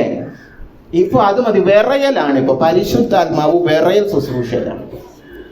കർത്താവ് പഠിപ്പിച്ചത് അതൊന്നുമല്ല, അല്ലേ? കർത്താവ് പഠിപ്പിച്ചത് എന്താണ്? അവൻ സത്യത്തിന്റെ ആത്മാവാണ്. പരിശുദ്ധാത്മാവ് കടന്നു വന്ന് ദൈവവചനം വിളമ്പി ദൈവത്തെക്കുറിച്ചും നമ്മെക്കുറിച്ചുമുള്ള സത്യം പുറത്തുകൊണ്ടുവരും. നമ്മുടെ അകത്തിരിക്കുന്ന രഹസ്യ പാപങ്ങളൊക്കെ പുറത്തു കൊണ്ടുവരും. അങ്ങനെ മാനസാന്തരം ഉളവാക്കും. അങ്ങനെ അവൻ ക്രിസ്തുവിനെ മഹത്വീകരിക്കും. അതാണ് യഥാർത്ഥ ഉണർവ്, അല്ലേ? അതുകൊണ്ടാണ് ഇവിടെ കൊടുത്തിരിക്കുന്ന പേരുകളൊക്കെ നമുക്ക് പരിശുദ്ധാത്മാവ് പാപബോധം ഉളവാക്കുന്ന ആത്മാവാണ്, സത്യത്തിന്റെ ആത്മാവാണ്, യേശുവിനെ മഹത്വീകരിക്കുന്ന ആത്മാവാണ്. ഇങ്ങനൊരു ആത്മാവാണെങ്കിലേ ആ യോഗം ഉണർവാണെന്നൊക്കെ നമുക്ക് പറയാൻ പറ്റത്തുള്ളൂ. അല്ലാതെ ചുമ്മാ ഒരു ബഹളം വെച്ചത് കൊണ്ടൊന്നും അത് ഉണർവാകുകയില്ല. അപ്പോൾ ഉണർവിൻ്റെ യഥാർത്ഥ ഉണർവിൻ്റെ മുഖമുദ്ര എന്താണ്? പരിശുദ്ധാത്മാവ് ഒരു മീറ്റിംഗ് വന്നിരിക്കുന്നു. ഉറപ്പായിട്ടും പറയാൻ പറ്റുന്ന ഏത് കാര്യമാണ്? മാനസാന്തരം. ഒരു യോഗത്തിൽ ശരിക്കും മാനസാന്തരം സംഭവിക്കുന്നെങ്കിൽ ആ യോഗത്തിൽ പരിശുദ്ധാത്മാവ് കടന്നു. നല്ല വിറയലും അനുഭൂതിയും ബഹളം വെക്കലും അതൊന്നുമല്ല, അല്ലെ? ഇന്ന് എന്തോ ബാംഗ്ലൂരിൽ ഉണർവ് വന്നു. അവിടെ ഒരാളോട് ഞാൻ ചോദിച്ചു, എന്തോ ഉണർവ് അവിടെ? അത് ഞാൻ കസേര ഇരുന്നപ്പോൾ പറന്നുപോയി. എന്നോട് പറഞ്ഞതാ, കസേര ഇരുന്നപ്പോൾ പറന്നുപോയി. കസേര ഇരുന്ന് പറന്നുപോയി, അത് ഉണർവാകുമോ? 2 തെസ്സലോനിക്കർ 2 വായിച്ചിട്ടില്ല, എടുക്കണമെന്നില്ല. 2 തെസ്സലോനിക്കർ 2 ഒരു വാക്യമുണ്ട്, അന്തിക്രിസ്തു കടന്നു വരുമ്പോൾ വ്യാജ അടയാളങ്ങളും അത്ഭുതങ്ങളും സംഭവിക്കും. ശരിയായ അത്ഭുതങ്ങളും അടയാളങ്ങളും ഉണ്ട്, അതിൽ വിശ്വസിക്കുന്നവനുമാണ്. നോർത്ത് ഇന്ത്യ പോകുമ്പോൾ സ്ഥിരം കാണുന്നത് ഒരാളുമാണ് ഞാൻ. അല്ല, അത്ഭുതങ്ങളും അടയാളങ്ങളൊന്നും ചെയ്യാത്തൊരു വിരാമവാദിയല്ല ഞാൻ. പക്ഷേ വ്യാജ അത്ഭുതങ്ങളും അടയാളങ്ങളും ഉണ്ട്. അത് ആരതിൽ കുടുങ്ങിപ്പോകുമെന്ന് അവിടെ പറഞ്ഞിരിക്കുന്നത്? സത്യത്തെ സ്നേഹിക്കാത്തവർ, ദൈവവചനത്തെ സ്നേഹിക്കാത്ത ഏതവനും ആയിക്കൊള്ളട്ടെ, കപട വ്യാജ അത്ഭുതങ്ങളും അടയാളങ്ങളും വീണുപോകും. ഒരു പാപബോധവും ഉളവാക്കാത്ത, ഒരു മാനസാന്തരവും കടന്നു വരാത്ത യോഗത്തിൽ കസേര ഇരുന്ന് പറന്നുപോയത് കൊണ്ട് ഉണർവാണെന്ന് അവർ എത്ര വചനം പഠിച്ചവരാണെങ്കിലും വചനത്തെ സ്നേഹിക്കാത്തവരാണെങ്കിൽ അതിൽ വീണുപോകും. അനുഭവ വെളിച്ചത്തിലാണ് ഞാൻ ഈ പറയുന്നത്, വീണുപോകും. അതുകൊണ്ട് ഈ എന്തെങ്കിലുമൊക്കെ അനുഭൂതി വരുമ്പോൾ ഉടനെ ആ ഉണർവ് അല്ലല്ല, സത്യത്തെ സ്നേഹിക്കാത്തവർ അങ്ങനെയുള്ളതിനകത്ത് വീണുപോകും. വളരെ ഭയപ്പെടുത്തുന്ന ഒരു വാക്യമാണ്. കാരണം അവിടെ പിന്നെ പറഞ്ഞിരിക്കുക, അങ്ങനെയുള്ളവരെ ആ വ്യാജത്തിന് ദൈവം തന്നെ ഏൽപ്പിച്ചു കൊടുക്കും. ദൈവം തന്നെ ഒരു ആത്മാവിനെ അയച്ചു കൊടുക്കും, ഈ ബോഷ്കൊക്കെ വിശ്വസിച്ച് പൊക്കോളാനാണ്. അയ്യോ, ഈ ലോകത്തിലുള്ള സത്യവും അസത്യവും ഒക്കെ വിവേചിക്കണേ നമ്മളെ കൊണ്ടൊന്നും വരുന്നത്. ആത്മീയ ചതിക്കുഴികൾ ഒരുപാടുള്ള ഒരു മണ്ഡലമാണ് ആത്മീയ മണ്ഡലം. അപ്പൊ ദൈവം തന്നെ നമുക്കെതിരെ തിരിഞ്ഞാൽ പിന്നെ പിശാചേ പ്രശ്നം അല്ലെ? അവൻ നുണയനും നുണയുടെ അപ്പനും ആകുന്നു. ഇനിയിപ്പോ ദൈവവും കൂടെ നമുക്കെതിരെ തിരിഞ്ഞാൽ പിന്നെ നമ്മൾ പോക്കാ അല്ലെ? നമ്മൾ പിന്നെ പോയത് തന്നെ. അതുകൊണ്ട് സൂക്ഷിക്കണം. ഒരു യഥാർത്ഥ ഉണർവെന്ന് പറയണമെങ്കിൽ അവിടെ ഉണർവിൻ്റെ മുഖമുദ്ര പരിശുദ്ധാത്മാവ് ഇറങ്ങി അവിടെ മാനസാന്തരം ഉളവാക്കും. അതാണ് ഏറ്റവും അത്യന്താപേക്ഷിതമായ, ഏറ്റവും നിർണായകമായ ലക്ഷണം ഒരു ഉണർവിൻ്റെ. അല്ല, വേറൊന്നുമല്ല അല്ലേ? ഇവിടെ ഈ ബാംഗ്ലൂർ ഉണർവിനെ കുറിച്ച് പറഞ്ഞുകൊണ്ട് ഒരു കാര്യം കൂടെ പറഞ്ഞോട്ടെ. അവിടെ പോയി പ്രസംഗിക്കുന്ന ഒരു ഭൂരിപക്ഷം പേരും കള്ള സമൃദ്ധിയുടെ സുവിശേഷം പറയുന്നവരാണ്. അവന്മാർക്കേ മാനസാന്തരം വന്നിട്ടില്ല ഇതുവരെ അല്ലേ? ഇന്നേ വരെ സമൃദ്ധിയുടെ സുവിശേഷം പറഞ്ഞുകൊണ്ടിരിക്കുന്നവന് ഈ ഉണർവ് നിമിത്തം ഒരു മാനസാന്തരം അവൻ പറഞ്ഞിട്ടില്ല. അയ്യോ, ഞാൻ പണത്തെയായിരുന്നു പൊക്കിക്കൊണ്ടിരുന്ന യേശുവിനെ അല്ല. അവന് പോലും മാനസാന്തരം വരാത്തവൻ പറയുകയാണ്, എന്താ ഉണർവ് വന്നിരിക്കുന്ന എല്ലാവരെയും പോരെ ഞാൻ മാനസാന്തരപ്പെടുത്താം. എന്തോന്നും അവിടെ ഒരു മാനസാന്തരം ഇല്ലെന്ന് അതിൽ നിന്ന് തന്നെ തെളിവല്ലേ? അപ്പോ ഇവിടെ നമ്മൾ ഈ 2 കൊരിന്ത്യർ 7 കടന്നു വരുമ്പോൾ ഈ സഭയിൽ അങ്ങനെ ഒരു ഉണർവ് സംഭവിച്ചു. ഇത് പലപ്പോഴും നമ്മൾ വായിക്കുമ്പോൾ ചിന്തിക്കാറില്ല. 2 കൊരിന്ത്യർ 7 ഒരു ഉണർവ് സംഭവിച്ചത് കൊണ്ടാണ് ഇങ്ങനെയൊക്കെ എഴുതി വെച്ചിരിക്കുന്നത്. കാരണം കൊരിന്ത്യ സഭയെക്കുറിച്ച് അറിയുകയാണെങ്കിൽ വായിക്കണമെന്നില്ല. 1 കൊരിന്ത്യർ 5-ാം അധ്യായത്തിന്റെ 1-ാമത്തെ വാക്യത്തിൽ നമ്മൾ വായിക്കുന്നു, കൊരിന്ത്യ സഭയ്ക്കകത്ത് എല്ലാ ഞായറാഴ്ചയും ഒന്ന് പാട്ടും പാടി അപ്പവും നുറുക്കി ഒരു വ്യക്തി പോകുമായിരുന്നു. എന്തുമായിരുന്നു പണി? എൻ്റെ അപ്പൻ്റെ ഭാര്യ വെച്ചോണ്ട് നടക്കുക. ഇതൊക്കെ മൈക്കിൽ കൂടെ വിളിച്ചു പറയാൻ പോലും ലജ്ജ തോന്നുന്നു അപ്പോസ്തലൻ അവിടെ തന്നെ പറഞ്ഞിട്ടുണ്ട്. ജാതികളുടെ ഇടയിൽ പോലും നടക്കാത്ത കാര്യം നിങ്ങളുടെ ഇടയിലൊക്കെ ഉണ്ടെന്ന് എന്നെ കൊണ്ട് എഴുതിപ്പിച്ചല്ലോടെ നിങ്ങളൊക്കെ അല്ലേ? നിങ്ങളാണ് മാനസാന്തരപ്പെട്ട് ദൈവസഭയായിട്ട് കൊരിന്ത്യയിൽ ഇരിക്കുന്നത്. നിങ്ങളുടെ ഇടയിൽ നടക്കുന്നത് ജാതിയന്മാരോട് പറഞ്ഞു അവന്മാർ പോലും ലജ്ജിച്ച് തല താഴ്ത്തു. അപ്പോൾ കൊരിന്ത്യ സഭയുടെ പ്രതികരണം എങ്ങനെയായിരുന്നു? വാ സഹോദര, വന്നാട്ടെ, ഇരുന്നാട്ടെ, പാടിയാട്ടെ, സ്തോത്രഗീതം പാടിയാട്ടെ അല്ലെ? അല്ലാതെ ഒന്നും ചെയ്തില്ല അവര്. ചത്ത സഭ.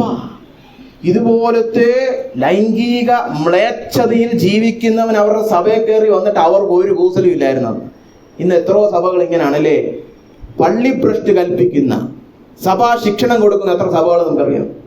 പാസ്റ്റർ പാപം ചെയ്തു, പിടിച്ചിറക്കി ദൂരെ കളഞ്ഞു. എത്ര സഭകളെ അറിയാം? എനിക്കറിയാവുന്ന 99% സഭകളിലും പാസ്റ്റർ പാപം ചെയ്തപ്പോൾ പാസ്റ്റർ ഗുണ്ടയായി. ആരാടാ എന്നെ ഇവിടെ ശിക്ഷണം ചെയ്യാൻ വരുന്നവൻ? നീക്കങ്ങ് പൊക്കോ അല്ലേ? ഇതാണ് നമ്മുടെ നാട്ടിലെ ഒരു ശൈലി. അപ്പൊ നമുക്ക് ശിക്ഷണമൊന്നും കൊടുക്കാൻ അല്ലേ? നമ്മൾ പാസ്റ്റർമാരുടെ കാര്യമൊക്കെ പറഞ്ഞപ്പോൾ ഇത്ര ധീരതയോടെ പറഞ്ഞു, നമ്മളാണ് പാപം ചെയ്തെങ്കിൽ നമുക്ക് ശിക്ഷണം കിട്ടണമെന്നാണോ?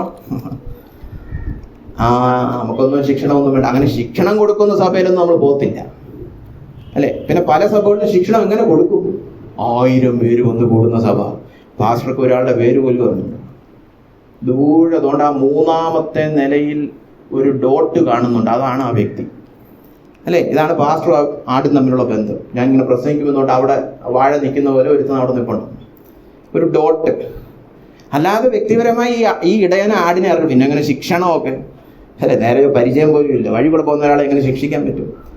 അപ്പൊ ഈ കൊരിന്ത്യ സഭയ്ക്ക് ഒരു കൂസലുമില്ല. വന്നാട്ടെ, ഇരുന്നാട്ടെ, പാടിയാട്ടെ, നീയും രക്ഷിക്കപ്പെട്ടെന്ന് നേരത്തെ പറഞ്ഞല്ലേ? പെട്ടു. അപ്പൊ അപ്പോസ്തലനായ പൗലോസിന് ദേഷ്യം വന്ന് കാണും. എന്തോ മക്കളെ നീ കാണിക്കുന്നു, എനിക്ക് ഈ കാര്യത്തിൽ നിങ്ങളെക്കുറിച്ച് പ്രശംസിക്കാൻ വകയില്ല. അങ്ങനെ വചനം അവർക്ക് കൊടുത്തു. അതായത് നേരത്തെ പറഞ്ഞ പോലെ അനുഭൂതിയും കൊരിന്ത്യ സഭയിലൊന്ന് പോയി എല്ലാവരുടെയും തലയിലൊക്കെ കൈവച്ച് കുറച്ച് ഇമ്പാർട്ടേഷൻ ചെയ്യേണ്ടിയിരിക്കുന്നു എന്നല്ല അവിടെ പറഞ്ഞത്. എഴുതി അയച്ചു കൊടുത്തു. നല്ല അവനെ സാത്താനെ ഏൽപ്പിച്ചു കൊടുക്കുക. ശക്തമായ ശിക്ഷണത്തിന്റെ വചനം അയച്ചു കൊടുത്തു. അത് സത്യത്തിന്റെ ആത്മാവായ പരിശുദ്ധാത്മാവ് ഏറ്റെടുത്ത് അവരുടെ ഹൃദയങ്ങളിൽ ക്രിയ ചെയ്തപ്പോൾ എന്തോ പറ്റി? അവര് ദുഃഖിച്ച് മാനസാന്തരപ്പെട്ടു. അത് അപ്പോസ്തലന് കേട്ടപ്പോ, ഞാൻ ആദ്യമായി എഴുതി അയച്ചാൽ ഇച്ചിരി കടുപ്പം കൂടുതലായിരുന്നു, എനിക്ക് തന്നെ ഒരു ഇച്ചിരി ദുഃഖം ഉണ്ടായിരുന്നു. പക്ഷെ ഇപ്പോൾ ഞാൻ ദുഃഖിക്കുന്നില്ല. അതാണ് നമ്മൾ ആദ്യം വായിച്ചത്. എൻ്റെ ലേഖനത്താൽ ഞാൻ നിങ്ങളെ ദുഃഖിപ്പിച്ചെങ്കിലും ഞാൻ അനുതപിക്കുന്നില്ല, എനിക്കതിലൊരു ഖേദവുമില്ല. അപ്പൊ ഇച്ചിരി തോന്നി പാവം നമ്മൾ അല്ലെ? എപ്പോഴും നമുക്ക് അങ്ങനെയാണല്ലോ. അപ്പന്മാർക്കറിയാം, ശുശ്രൂഷകന്മാർക്കും അറിയാം. നമ്മൾ സഭയിലുള്ള ഒരാളെ നമുക്ക് ഇച്ചിരി ഒന്ന് കടുപ്പിച്ചൊന്ന് ശാസിക്കണമെങ്കിൽ അവരെക്കാളും കൂടുതൽ വേദന നമുക്കാണ്.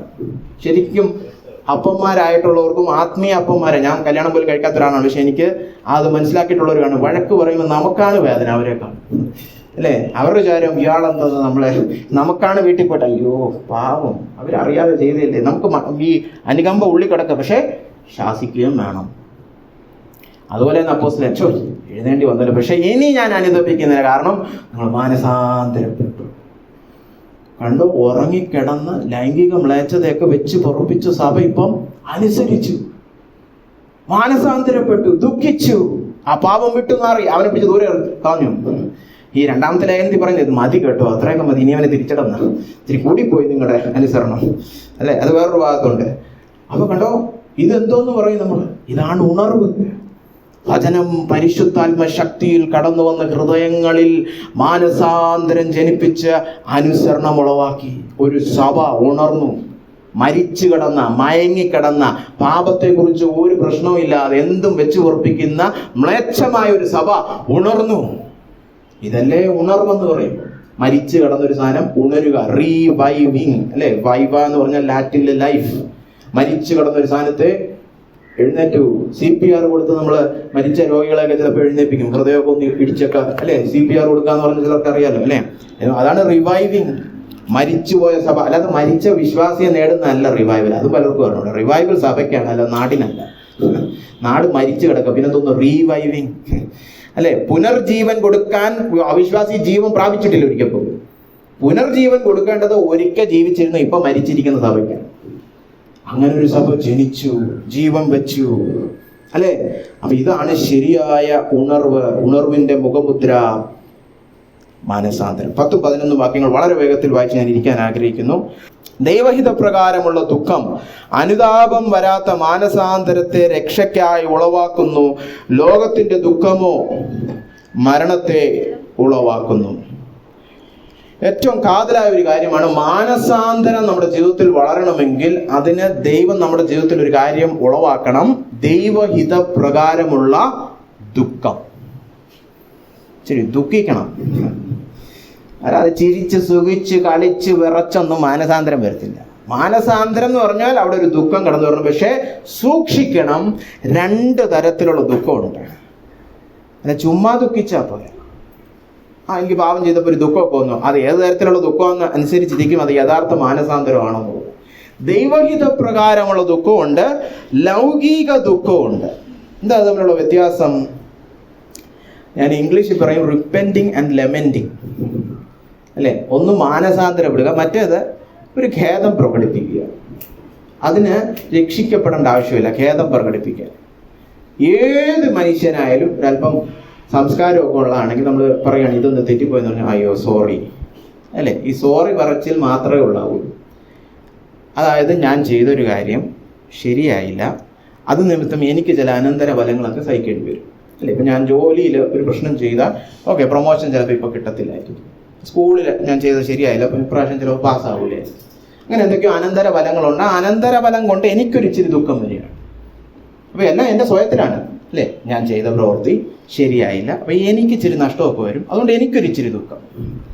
അങ്ങനാണെങ്കിൽ അത് മാനസാന്തരമല്ല, അത് ലൗകിക ദുഃഖമാണ്. കാരണം ഏത് ജഡീകനും വരുന്ന ദുഃഖമാണ് അത്, അല്ലേ? അത് നീ ചെയ്ത് ശരിയല്ല എന്ന് പറഞ്ഞാൽ ഏത് കള്ളുകൂടിയനും ചിലപ്പോൾ അയ്യോ ഇന്നലെ രാത്രി ഞാൻ അങ്ങനെയൊക്കെ ചെയ്താ വെള്ളം എന്ന് പറയും. അല്ലാതെ വെച്ച് സഹിച്ചോന്ന് പറയുന്നതല്ല, അല്ലേ? മിക്കവാറും എല്ലാവരും അയ്യോ ഒരു അല്പം അപമാനമൊക്കെ തോന്നും. പക്ഷെ അതെന്താണെന്നാ പറഞ്ഞെങ്കിൽ അത് മരണം ഉളവാക്കും, അത് ദൈവത്തിലേക്ക് നമ്മളെ അടുപ്പിക്കുകയില്ല.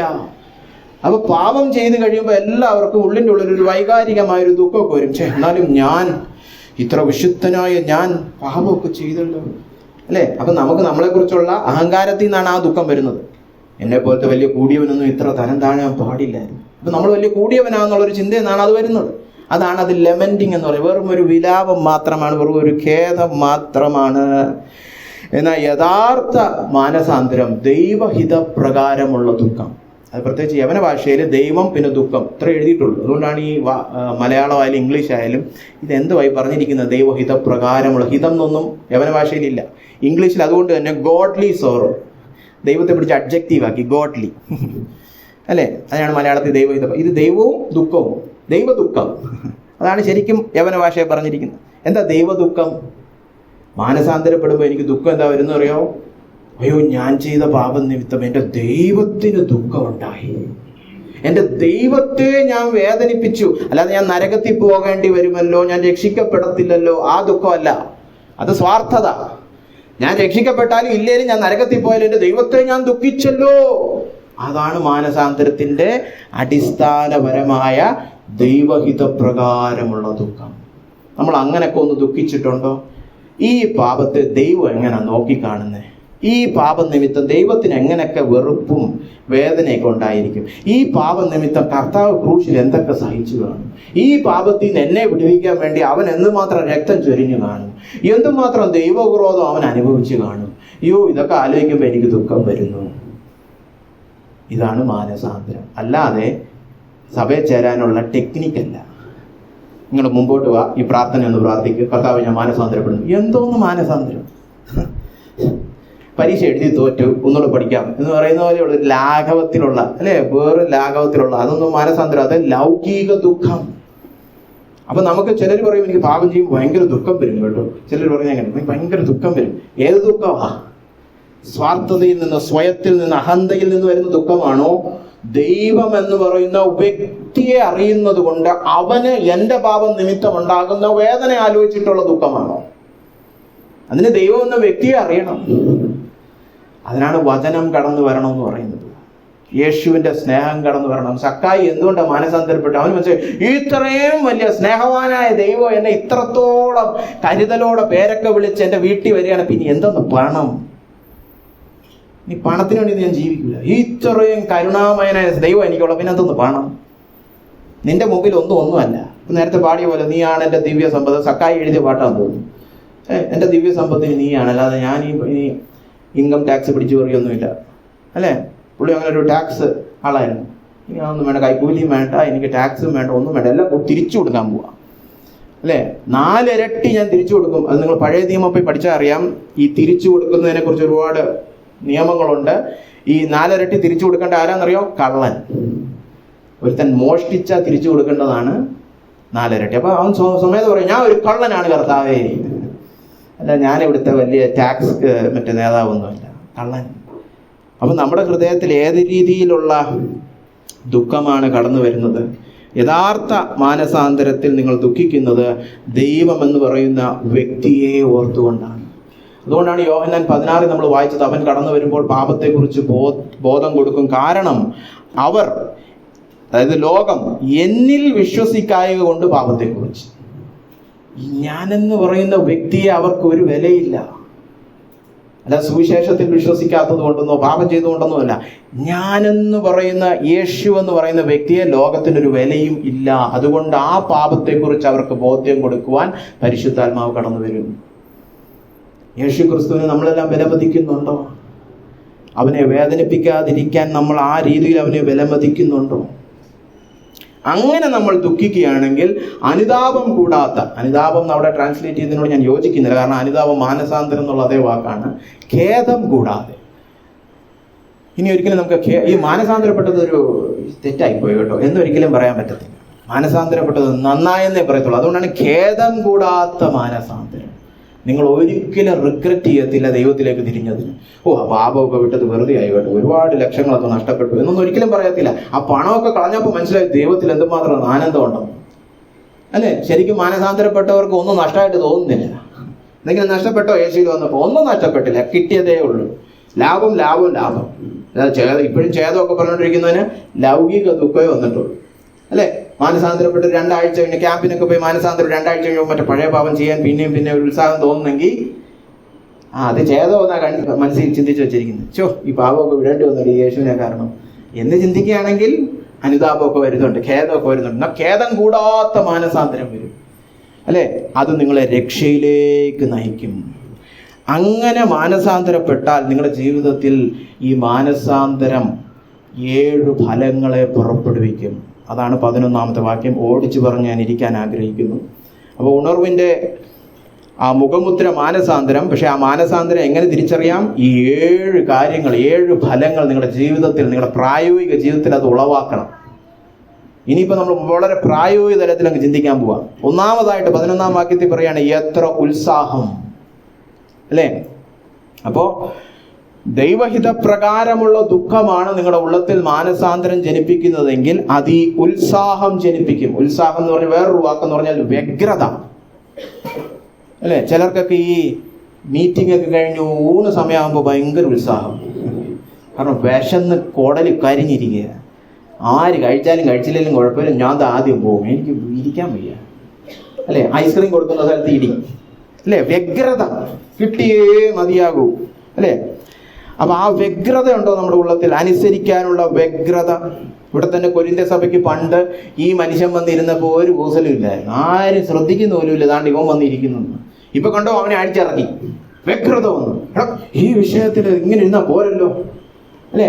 നമുക്കൊക്കെ അറിയാം നമ്മുടെ ക്രിസ്തീയ ജീവിതത്തിൽ നമ്മൾ എവിടെ വളർച്ച പ്രാപിക്കാതെ, എവിടാ നമ്മൾ പാപം വെച്ച് വെറുപ്പിക്കുന്നത്, അല്ലേ? നിങ്ങൾക്കൊക്കെ അറിഞ്ഞൂടെ എവിടാ നമ്മൾ വിട്ടുവീഴ്ച ചെയ്യുന്നത്? ഇതൊന്നും മറഞ്ഞിരിക്കുന്ന സത്യങ്ങളൊന്നും അല്ലല്ലോ, അല്ലേ? ആത്മാർത്ഥമായിട്ട് ക്രിസ്തീയ ജീവിതം നയിക്കുന്നവർക്കറിയാം, ഞാൻ ഈ ഏരിയയിൽ ഒരു ബിരുദനാണ്, ഞാൻ ഈ ഏരിയയിൽ ഇതുവരെ കർത്താവിനെ അനുസരിച്ചിട്ടൊന്നുമില്ല. എന്താ അനുസരിക്കാത്ത? അറിഞ്ഞിട്ടും ഇത്ര വർഷങ്ങളായാലും ഈ വിഷയത്തിലാണ് അനുസരിക്കേണ്ടത്.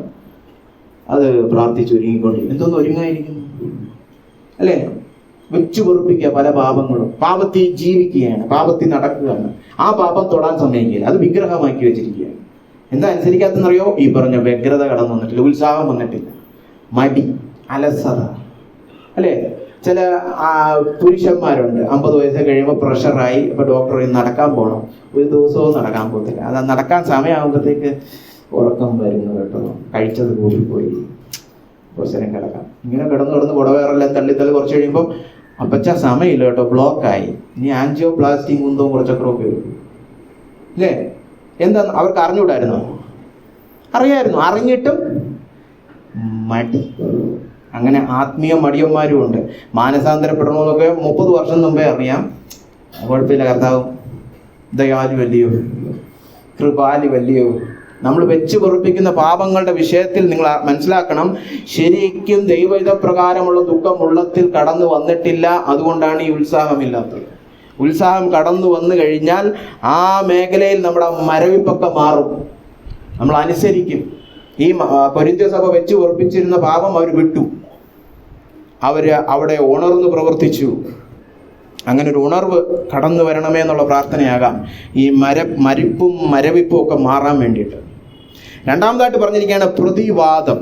ആ വാക്ക് പൊതുവെ നമ്മൾ ഈ തർക്ക വിഷയങ്ങളിലൊക്കെ പറയുന്ന ഒരു വാക്കാണ്. രണ്ടുപേര് തർക്കിച്ചുകൊണ്ടിരിക്കുമ്പം ഒരാളൊരു വാദം പറയുമ്പോൾ ആ വാദത്തിന് തിരിച്ച് മറുപടി. പക്ഷെ ഇവിടെ ആ അർത്ഥത്തിലല്ല അത് ഉപയോഗിച്ചിരിക്കുന്നത്. പ്രതിവാദം എന്നിവിടെ ഉപയോഗിച്ചിരിക്കുന്നത് പാപ വിഷയത്തിൽ നിർമ്മലന്മാരാകുവാനുള്ള ഒരു താല്പര്യം. അതായത് നമുക്കെതിരെ ഒരുത്തും വാദം പറഞ്ഞുകൊണ്ട് വന്നാൽ നിങ്ങൾ തിരിച്ചു പറയാൻ നിങ്ങളുടെ നാവൊക്കെ ചൊറിയത്തില്ലേ? അവനിട്ട് 2 വർത്തമാനം. അതേപോലെ ഈ പാപ വിഷയത്തിൽ നിർമ്മലന്മാരാകുവാൻ ഭയങ്കര താല്പര്യം. അങ്ങനെ പോരാട്ടോ, ഇത് മാറ്റണം. ഈ വിഷയത്തിൽ നമ്മൾ വളരെ നീതിമാന്മാരാണെന്ന് തെളിയിക്കണം, നിർമ്മലന്മാരാണെന്ന് തെളിയിക്കണം, അല്ലേ? ഇപ്പൊ നിങ്ങളുടെ വീട്ടില് നിങ്ങളുടെ അയൽവാസി വന്ന് നിങ്ങളെ കുറേ തെറിയ അഭിഷേകം ചെയ്തു, നിങ്ങൾ മിണ്ടായിരിക്കുമോ? ഇല്ല. നമുക്കൊരു വല്ലാത്തൊരു എരിവ് കടന്നു വരും, അല്ലേ? അത് പാപ വിഷയത്തിലുണ്ടോ? അതേ എരിവ് ഇതിന് തിരിച്ച് മറുപടി കൊടുക്കണം, തിരിച്ചടി കൊടുക്കണം പാപത്തിന്, അല്ലേ? അങ്ങനെ ഒരു സ്പിരിറ്റ് ഉണ്ടോ നമുക്ക്? അതാണ് പ്രതിവാദം. നിങ്ങൾക്ക് പ്രതിവാദം കടന്നു വന്നിരിക്കുകയാണ്. കൊരിന്ത്യ സഭയിൽ അവർ കുറ്റവിമുക്തരാണെന്ന് തെളിയിക്കാൻ ആ ഭയങ്കര ഒരു താല്പര്യം കടന്നു വന്നു. അത് ഹൃദയം ശരിയായിട്ട് വചനത്തോട് പ്രതികരിക്കുന്നു എന്നാണ് കാണിക്കും. വചന വെളിപ്പാട് ഗ്രഹിച്ചു എന്ന് പറഞ്ഞാൽ ഹൃദയം നല്ലപോലെ പ്രതികരിക്കാൻ തുടങ്ങി. ഒരു ഭാഗത്തും മരവിപ്പൊന്നുമില്ല. ശരിക്കും നമ്മൾ ഈ വചനമൊക്കെ പറയുന്ന പോലെ വിശ്വസിച്ച് എങ്ങനെ ഇരുന്നേനെ? നമ്മൾ തകർത്തനുസരിച്ചേനെ. നിത്യതയെക്കുറിച്ചൊക്കെ ഒരു ദർശനം കിട്ടിയാൽ നമ്മൾ ഒരു മേഖലയിൽ നമ്മൾ ഈ വിട്ടുകൊടുക്കുന്ന പരിപാടി നിർത്തും, അല്ലേ? വിട്ടുവീഴ്ചകൾ മതിയാക്കും. പിന്നെ നമ്മൾ ഈ പ്രതിവാദം, ഒരാളോട് വാദിക്കാൻ പോകുന്ന പോലെ, അല്ലേ? വളരെ എന്താ പറയാ, ഇമ്മീഡിയറ്റ് ആയിട്ട് അപ്പോൾ തന്നെ പാപം വിട്ടു മാറുന്ന ഒരു സ്വഭാവം നമുക്ക് വരും, അല്ലേ? നിങ്ങളുടെയൊക്കെ അനുസരണത്തിൽ നിങ്ങൾ എത്ര സ്പീഡ് കാണിക്കാറുണ്ട്? ഈ യവന ഭാഷയിൽ ഈ വാക്ക് ഇതിനകത്ത് ഉപയോഗിച്ചിരിക്കുന്ന ഒരു വാക്ക്, പ്രത്യേകിച്ച് ഉത്സാഹം എന്നുള്ളതിൻ്റെ യവന ഭാഷയിൽ ഉപയോഗിച്ചിരിക്കുന്ന വാക്ക് സ്പീഡെന്ന് തന്നെ. അതിൽ നിന്നാണ് സ്പീഡ് എന്ന് പറഞ്ഞ വാക്ക് വരുന്നത്. അപ്പോൾ ഈ ഉത്സാഹവും പ്രതിവാദവും ഒക്കെ വന്നാലേ നമ്മുടെ അനുസരണത്തിൽ നല്ല തീക്ഷ്ണതയുള്ള, നമ്മൾ ധൃതിയിലനുസരിക്കും. അതെ, നാളെ അനുസരിക്കാം, അല്ലേ? പല പിള്ളേരെങ്ങനെയല്ലേ, നാളെ പഠിക്കാം, നാളെയാടാ പരീക്ഷ, ഇനി പരീക്ഷ വന്നു, അപ്പോൾ നാളെ രാവിലെ 5 മണിക്ക് പഠിക്കാം. 5 മണി ആയടാ, അത് സ്കൂളിൽ പോയിട്ട് 9 മണിക്ക് പഠിക്കാം. അതെ, ഇങ്ങനെ പ്രൊക്കാസ്റ്റിനേഷൻ ഇംഗ്ലീഷിൽ പറയും. പോയി പോയി പോയി തോറ്റു. നമ്മൾ ക്രിസ്തീയ ജീവിതത്തിൽ ഇങ്ങനെയാണോ? നാളെ മാനസാന്തരപ്പെടാം, അടുത്ത ഞായറാഴ്ച മാനസാന്തരപ്പെടാം, നാളെ സ്നാനപ്പെടാം, അടുത്ത മാസം സ്നാനപ്പെടാം, അല്ലേ? ഇങ്ങനെയാണ് പലരും വെച്ച് അവസാനം അയ്യോ അപ്പച്ചാ മരണത്തിലെത്തി കേട്ടോ, മരണക്കിടക്കേ കിടക്കുക, ഇനി നാളെ ഇല്ല മറ്റന്നാളും ഇല്ല, ഇനി സ്നാനപ്പെടാനും പറ്റത്തി. നമ്മൾ കാണുന്ന കാര്യങ്ങളാണ് ഇതൊക്കെ. അപ്പോൾ തീർന്നു. അവസരമുള്ളപ്പോൾ അനുസരിക്കണം, അല്ലേ? അവസരമുള്ളപ്പോൾ ദൈവത്തെ അന്വേഷിക്കണം. സങ്കീർത്തനത്തിൽ പറയുന്ന പോലെ ഇപ്പോഴാകുന്നു പ്രസാദകാലം. അപ്പൊ അനുസരണത്തിൽ ആ തിടുക്കം, ആ പ്രതിവാദം കടന്നു വരണം. മൂന്നാമതായിട്ട് നീരസം. ഇത്ര നല്ല വാക്കല്ലേ? പാപത്തിൽ രസം കണ്ടുകൊണ്ടിരുന്ന വ്യക്തികൾക്ക് ഇപ്പൊ പാപം ബോറ്, പാപം വെറുപ്പ്. ഇത് നമ്മുടെ ഹൃദയത്തിൽ വന്നാൽ എന്ത് നല്ലതായിരുന്നില്ലേ? എന്നും പ്രാർത്ഥിക്കണം, ഇത് കർത്താവേ നീരസം തരണം. നമ്മുടെ ചുറ്റും ലോകം നോക്കുന്നത് എങ്ങനെയൊക്കെ പാപം നമുക്ക് മാധുര്യമുള്ളതും സൗന്ദര്യമുള്ളതും ആക്കണമെന്നാണ്. ഇത് ഓരോ ദിവസവും അവർ കണ്ടുപിടിച്ചുകൊണ്ടിരിക്കുക, എങ്ങനെയൊക്കെ പാപം അഡ്വർടൈസ് ചെയ്യാം. വിശ്വാസികൾ എന്ത് ചെയ്യണം? പാപത്തിൽ നീരസമുള്ളവരായിരിക്കണം.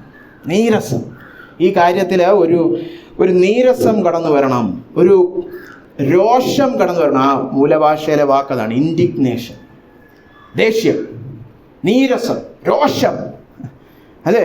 ഇപ്പം നിങ്ങളുടെ ആ ദേഹത്തൊരു കാക്ക തൂറിയ നിങ്ങളെന്ത് ചെയ്യും? വെച്ചോണ്ട് 30 വർഷം വെച്ചോണ്ടിരിക്കുമോ?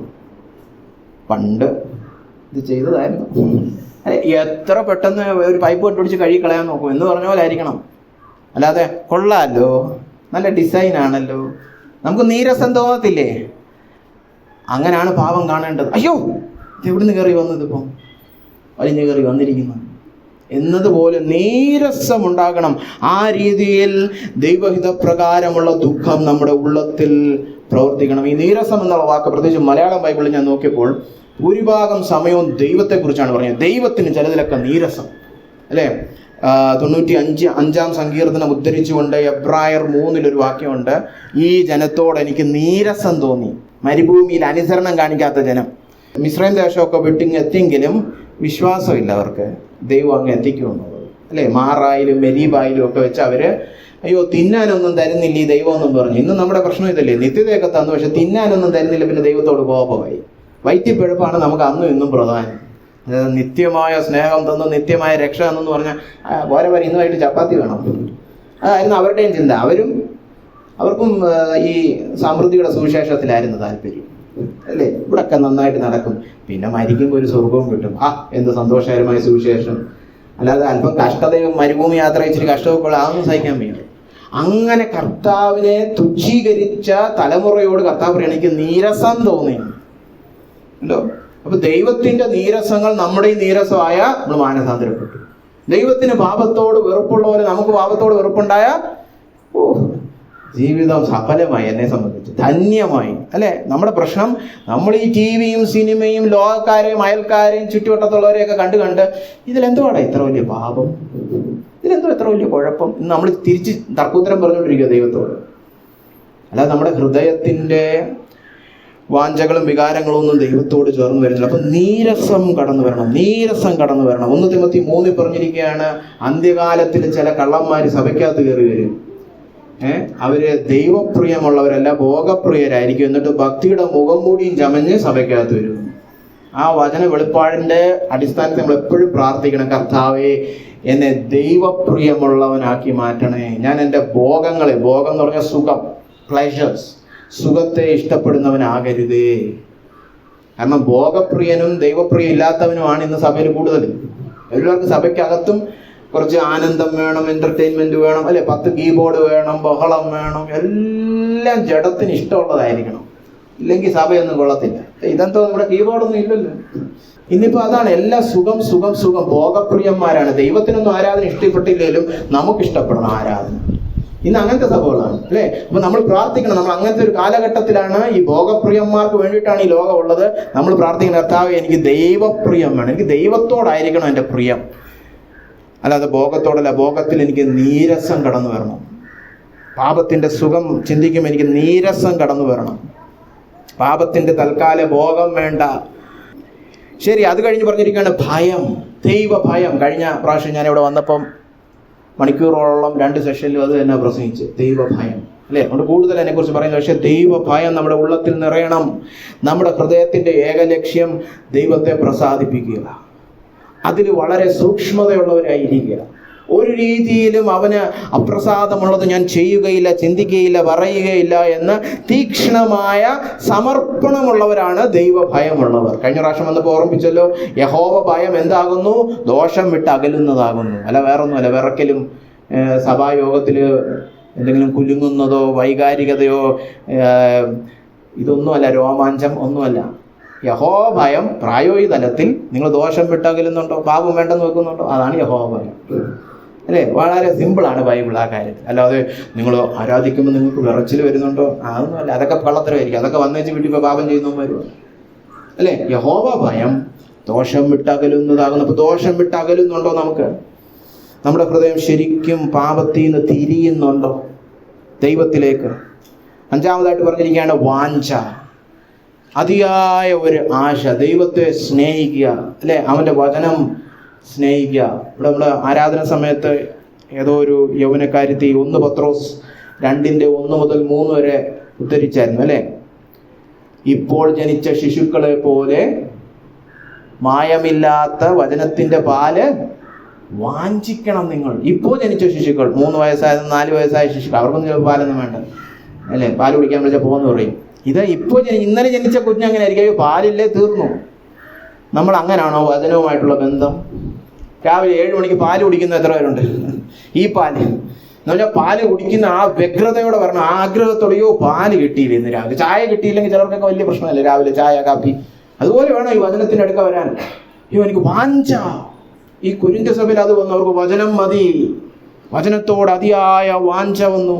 അവസാനം പറഞ്ഞിട്ട് ഈ 6-ാമതായിട്ട് എരിവ്, ഒരു നല്ലൊരു വാക്കാണ് അല്ലേ, എരിവ്. എന്താ എരിവ്? മുളക് കഴിക്കുമ്പോൾ വരുന്ന എരിവല്ല, തീക്ഷ്ണത അല്ലേ. എരിവുള്ള വ്യക്തികൾ ദൈവത്തോട് എന്താ പറയുക, അതിയായ തീക്ഷ്ണത കടന്നു വരുന്നു. അവര് ദൈവസ്നേഹത്തിൽ കത്തുന്നവരാണ് അല്ലേ. ഒരു വാക്യം വായിക്കാം, റോമാലേഖനം 12:11. ഉത്സാഹത്തിൽ മടുപ്പില്ലാതെ ആത്മാവിൽ എരിവുള്ളവരായി കർത്താവിനെ സേവിപ്പീൻ. ഇത് സഭയിലുള്ള സകല വിശ്വാസികൾക്ക് എഴുതിയിരിക്കുക. നമ്മളൊക്കെ ഈ വാക്യം അനുസരിക്കാറുണ്ടോ? കർത്താവിനെ സേവിക്കുമ്പം ഉറക്കം തൂങ്ങി സേവിക്കരുത്, ആർക്കാണ്ടെന്നോ പറഞ്ഞ് സേവിക്കരുത്. ഞായറാഴ്ച പോയേ പറ്റത്തുള്ളൂ കേട്ടോ, പിന്നെ പോയിരിക്കാൻ. എരിവോടെ അവനെ സേവിക്കണം കേട്ടോ. ആത്മാവിൽ എരിവോടെ കത്തി വരണം അവന് വേണ്ടി അല്ലേ. ഇത് പലപ്പോഴും നമ്മൾ സഭ വന്ന് സഹോദരന്മാരെ ആരാധിക്കുക, ഒരാളെ ഇങ്ങനെ നിർത്തിയിട്ടുണ്ട് ഇത് പറയാൻ വേണ്ടിയിട്ട്, ഉന്തിത്തള്ളി ആരാധിപ്പിക്കാൻ. അതാണ് വർഷിപ്പ് ലീഡർ. ആരെങ്കിലും ഒന്ന് പാടുവോ, ആരെങ്കിലും ഒരു സങ്കീർത്തനം. ഈ ആഴ്ച വല്ലതും നിങ്ങൾ ദൈവത്തിനോട് നടന്നെങ്കിൽ വല്ല വാക്യം കിട്ടിക്കാണും. ആരും നടന്നു അല്ലേ. അപ്പോൾ പിന്നെ വചനവും കിട്ടിയില്ല, ഒന്നും കിട്ടിയില്ല. ആരെങ്കിലും ഒന്ന് ആരാധിക്കൂ അല്ലേ. ഇങ്ങനെ ഒരാളിങ്ങനെ പിച്ച ചോദിക്കുകയാണ്, അപ്പം പിന്നെ കുറച്ച് കൊടുത്തേക്കാന്ന് പറഞ്ഞു. സങ്കീർത്തനം 32. ഇത് ഈ സഭയിലല്ല, എല്ലാ സഭയിലെയും കാര്യമുണ്ട്. ഇങ്ങനെ നടത്തിപ്പിക്കാൻ ഒരുത്ത് നിൽക്കണം. കത്തി വരുന്നില്ല അല്ലേ, വാഞ്ചയോടെ വരുന്നില്ല അല്ലേ. ഏതെങ്കിലും കല്യാണം കഴിച്ച് മധുവിധു ആചരിക്കാൻ പോകുന്ന ഭർത്താവിൻ്റെ അടുത്ത് ഒരുത്തനെ കൂടെ വിട്ടിട്ടുണ്ട്. ഭാര്യയെ സ്നേഹിക്ക്, അല്പം സ്നേഹിക്ക്, ഇങ്ങനെ ഉന്തിത്തള്ളി വിടണം. അവൻ കത്തി നിൽക്കുക സ്നേഹിക്കാനായിട്ട് അല്ലേ. അവനോട് അത് മോനെ ഭാര്യയെ സ്നേഹിക്കുന്നുണ്ടല്ലോ അല്ലേ. അവൻ കുറച്ച് വർഷം കഴിയുമ്പോൾ പിന്നെ അത് കൊടുക്കണം, അത് വേറെ പ്രശ്നം അല്ലേ. ആദ്യ നാളിൽ ഇതൊന്നും പറയേണ്ട ആവശ്യമില്ല. അവർ സ്നേഹിക്കാൻ വേണ്ടി കത്തി കടന്നു വന്നിരിക്കണം, ആഗ്രഹത്തോടെ കടന്നിരിക്കണം. അപ്പോൾ വാഞ്ച, എരിവ് കടന്നു വരണം. അവസാനം പറഞ്ഞിരിക്കുകയാണ് പ്രതികാരം. അതെന്തൊരു വാക്കാ അല്ലേ. മാനസാന്തരം നിങ്ങളുടെ ഉള്ളത്തിൽ, ദൈവഹിതപ്രകാരമായുള്ള ദുഃഖം നിങ്ങളുടെ ഉള്ളത്തിൽ പ്രതികാരം ജനിപ്പിക്കണം. പ്രതികാരം അവിടെ ഉപയോഗിച്ചിരിക്കുന്നത് ഏതെങ്കിലും വ്യക്തികളോട് പ്രതികാരം ചെയ്യുന്നതിനെ കുറിച്ചല്ല. അവിടുത്തെ ആ മൂല ഭാഷയിലെ അർത്ഥം നീതി നടപ്പിലാക്കുവാൻ ആഗ്രഹം എന്ന് പറയുന്നത്. പ്രത്യേകിച്ച് വ്യക്തമാക്കേണ്ടത് അനുസരണക്കേടിനോട് പ്രതികാരം ചെയ്യുക. അതായത് ഇതിപ്പോൾ ഇനി ഈ പാപമായിട്ടുള്ള ബന്ധം ഇനി ഒരു പോരാട്ടമായി മാറിയിരിക്കുകയാണ്. അല്ലാതെ ഒരു കൂസലും കൂടാതെ ഞാൻ പോയൊരു പാപമൊക്കെ ചെയ്ത് അങ്ങനല്ല. ഈ വിഷയം ഇനി നമുക്ക് വളരെ ഗൗരവത്തോടെ പോരാടേണ്ട വിഷയമാണ്. ഈ വിഷയത്തിൽ ഇനി ഇവൻ വീണ്ടും കയറി വരികയാണെങ്കിൽ ഞാൻ പ്രതികാരം ചെയ്യും. അത് അപ്പോസ്തലൻ തന്നെ 2 കൊരിന്ത്യർ 10-ാം-അധ്യായം 6 ഒന്ന് വായിച്ചേ. 2 കൊരിന്ത്യർ 10:6. ശുശ്രൂഷയെ സംബന്ധിച്ചാണ്, ഒരു ശുശ്രൂഷകനെ സംബന്ധിച്ചാണേലും ഇതേ ഭാഷ അവിടെ കടന്നു കയറി വരുന്നുണ്ട്. നിങ്ങളുടെ അനുസരണം തികഞ്ഞു വരുമ്പോൾ ആ എല്ലാ അനുസരണക്കേടിനും പ്രതികാരം ചെയ്യുവാൻ ഒരുങ്ങിയിരിക്കുന്നു. ഞങ്ങൾ ഒരുങ്ങിയിരിക്കുന്നു. ശുശ്രൂഷകൻ പറയാണ്, ഞാൻ നിങ്ങളുടെ ഇടയെ ശുശ്രൂഷിച്ച് നിങ്ങളെ അനുസരണമുള്ളവരാക്കി നിങ്ങളുടെ അനുസരണക്കേടിനോട് ഞാൻ പ്രതികാരം ചെയ്യും. ശുശ്രൂഷയെക്കുറിച്ചുള്ള ആ ദർശനം കണ്ടോ? ഞാൻ എന്തിനാ ശുശ്രൂഷ ചെയ്യുന്നത്? ഞാൻ എന്തിനാ പ്രസംഗിക്കുന്നത്? എൻ്റെ കേൾവിക്കാർ അനുസരിച്ച് അവരിതുവരെ ജീവിച്ചു വന്നിരുന്ന അനുസരണക്കേടിനോട് ഞാൻ അവരെ കൊണ്ട് അനുസരിപ്പിച്ച് പ്രതികാരം ചെയ്യുക. അല്ലേ? ഇവിടെയുള്ള മൂപ്പന്മാരൊക്കെ കേൾക്കുക, നല്ല വാക്യം, പ്രതികാരം ചെയ്യണം. ഇവരുടെയൊക്കെ അനുസരണക്കേടിനോട് ഇവരെ കൊണ്ട് തന്നെ അനുസരിപ്പിച്ച് പ്രതികാരം ചെയ്യണം. അത് എല്ലാ വിശ്വാസികൾക്കും സ്വന്തമായിട്ടും ആ ചിന്ത വരണം. ഞാൻ അനുസരിച്ച് എൻ്റെ അനുസരണക്കേടിനെതിരെ പ്രതികാരം ചെയ്യും. പാപം ഇനി എൻ്റെ സുഹൃത്തും എൻ്റെ കാമുകിയൊന്നുമല്ല, അവനെ കൊല്ലാൻ നടക്കുക ഞാൻ. പാപം ഇനി കയറി അവനെ വെട്ടും ഞാൻ, അവനെ ക്രൂശീകരിക്കുക, അവൻ എൻ്റെ ശത്രുവാണെന്നുള്ള രീതിയിൽ പാപത്തോടുള്ള സ്നേഹമൊക്കെ പോയി. അപ്പോൾ ഓർക്കണം, മാനസാന്തരപ്പെടുക എന്ന് പറഞ്ഞാൽ ഹൃദയത്തിലെ വിഗ്രഹങ്ങൾ, അകൃത്യങ്ങൾ, നിങ്ങളുടെ നന്മ പ്രവർത്തികൾ, നിങ്ങൾ ആശ്രയിച്ചിരുന്ന നിർജീവ, ഇതിനോടൊക്കെ യുദ്ധം ചെയ്യണമെന്ന്. എൻ്റെ ശത്രുവാണ് ഇതെല്ലാം. നമ്മളങ്ങനെ പറയുന്നുണ്ട്, പണത്തെ നോക്കിയിട്ട് നിന്റെ ശത്രുവാണ്, പണമോഹം എൻ്റെ ഹൃദയത്തിൽ ഞാൻ കയറാൻ അനുവദിക്കുകയില്ല. എൻ്റെ കർത്താവിനോടുള്ള ആരാധന ഇല്ലാതാക്കുന്ന ഒരു പണമോഹം എൻ്റെ ഹൃദയത്തിൽ കയറാൻ ഞാൻ അനുവദിക്കുകയില്ല. അത് എത്ര തീക്ഷ്ണമായ തീരുമാനം എടുക്കേണ്ടി വന്നാലും ഞാനത് ചെയ്യും. അപ്പൊ കണ്ടോ, എത്ര ഉത്സാഹം, എത്ര പ്രതിവാദം, എത്ര നീരസം, എത്ര ഭയം, എത്ര വാഞ്ച, എത്ര എരിവ്, എത്ര പ്രതികാരം. ഈ 7 ഫലങ്ങളും പുറപ്പെടുവിക്കുന്നതാണ് വചനപ്രകാരമുള്ള യഥാർത്ഥ മാനസാന്തരം. ഇപ്പം നമ്മളൊക്കെ മാനസാന്തരപ്പെട്ടു എന്ന് പറയുമ്പോൾ ഇത് ചിന്തിക്കണം. മാനസാന്തരം എന്ന് പറയുമ്പോൾ ഒരു കാര്യം കൂടെ പറഞ്ഞുകൊള്ളട്ടെ, നമ്മൾ പരിപൂർണമായിട്ട് മാനസാന്തരപ്പെട്ട വ്യക്തികളാകണമെന്നില്ല. നമ്മുടെ ജീവിതത്തിൽ ദൈവം വെളിപ്പാട് തരുന്നതിനനുസരിച്ച് മാനസാന്തരത്തെ നമ്മൾ വളരണം. എല്ലാ പാപത്തെക്കുറിച്ചും നമുക്കിപ്പോൾ ബോധ്യമില്ല, പക്ഷെ ദൈവം ബോധ്യം നൽകുന്ന പാപങ്ങളിൽ ഈ തരത്തിലുള്ള പൂർണ്ണതയുള്ള മാനസാന്തരം ദൈവം ഉളവാക്കാൻ നമുക്ക് പ്രാർത്ഥിക്കണം. ഇങ്ങനെ വചനം, ഇതാ അപ്പോസ്തലൻ അന്ന് വചനം എഴുതി അയച്ചപ്പോൾ പരിശുദ്ധാത്മാവ് പ്രവർത്തിച്ചുകൊണ്ടാണ് ഇങ്ങനെ ഒരു ഉണർവ് അവിടെ വന്നത്. അപ്പോൾ വചനം കേൾക്കാനായിട്ട് എവിടൊക്കെ നമ്മൾ കൂടുമ്പോഴും ഇതായിരിക്കണം പ്രാർത്ഥന. പരിശുദ്ധാത്മാവേ, ഈ വചനത്തെ ഏറ്റെടുത്ത് എൻ്റെ ഹൃദയത്തിൽ ഈ രീതിയിലുള്ള ഒരു മാനസാന്തരം ജനിപ്പിക്കണം. നമ്മൾ ഈ വചന ശുശ്രൂഷയ്ക്കുമ്പോൾ പ്രാർത്ഥിക്കുമല്ലോ. എന്തിനാ ഈ പ്രാർത്ഥിക്കുന്നത്? ചുമ്മാ ഒരു പ്രാർത്ഥന. പ്രസംഗകന് വേണ്ടി പ്രാർത്ഥിക്കാം, പ്രസംഗകന് വേണ്ടി പ്രാർത്ഥിക്കണം, അയാൾ വല്ല മണ്ടത്തരമൊക്കെ വിളിച്ച് പറയാതിരിക്കാൻ. നമ്മളെക്കുറിച്ചും പ്രാർത്ഥിക്കണം. കർത്താവെ, ചുമ്മാ ഒരു പ്രസംഗം കേൾക്കാൻ നമുക്ക് ആഗ്രഹമില്ല. അതിനൊക്കെ കവല പ്രസംഗങ്ങളൊക്കെ ഉണ്ട്, രാഷ്ട്രീയ പ്രസംഗങ്ങളുണ്ട്. ചുമ്മാ ഒരുത്തൻ്റെ പ്രസംഗം എന്തിനാ കേൾക്കുന്നത്? വചനം അയക്കുമ്പോൾ പരിശുദ്ധാത്മാവ് അത് ഏറ്റെടുത്ത് ഉള്ളത്തിൽ പാപബോധം ജനിപ്പിച്ച് ദൈവഹിത പ്രകാരമുള്ള ദുഃഖമുളവാക്കി മാനസാന്തരം കൊണ്ടുവരണേ. ഇതായിരിക്കണം പ്രാർത്ഥന എല്ലാ ഞായറാഴ്ചയും വചനത്തിന് മുമ്പേ നമ്മൾ ഇരിക്കുമ്പോൾ. അപ്പോൾ ഈ 7 ഫലങ്ങൾ നമ്മുടെ ജീവിതത്തിൽ വരും. ഉണർവ് ദൈവം അയക്കും. അങ്ങനെ യഥാർത്ഥ ഉണർവിൻ്റെ മുഖമുദ്രയായ മാനസാന്തരം നമുക്ക് ഏവർക്കും വചനത്താലും ആത്മാവിനാലും ദൈവം അയക്കുവാൻ കനിവുണ്ടാകട്ടെ. നമുക്ക് ഒരു നിമിഷം കണ്ണുകളടച്ച് പ്രാർത്ഥിക്കാം. ദൈവഹിതപ്രകാരമുള്ള ദുഃഖം ഖേദം കൂടാതെ മാനസാന്തരത്തെ ജനിപ്പിക്കുന്നു. ഈ ദൈവഹിതപ്രകാരമുള്ള ദുഃഖത്തിനായിട്ട് നമുക്ക് പ്രാർത്ഥിക്കാം. പരിശുദ്ധാത്മാവ് വചനത്തെ എടുത്ത് നമ്മുടെ ഹൃദയങ്ങളിൽ യഥാർത്ഥ മാനസാന്തരം ജനിപ്പിക്കുവാൻ അവനോട് നമുക്ക് അപേക്ഷിക്കാം. ഞങ്ങളെ സ്നേഹിക്കുന്ന വലിയവനായ കർത്താവേ, യേശു ക്രിസ്തുവിൻ്റെ നാമത്തിൽ ഈ പ്രാർത്ഥന കേൾക്കണമേ. കർത്താവേ, ഞങ്ങൾ നിന്റെ വചനത്തിൻ്റെ മുൻപാകെ താഴ്മയോടെ സമർപ്പിക്കുന്ന കർത്താവേ,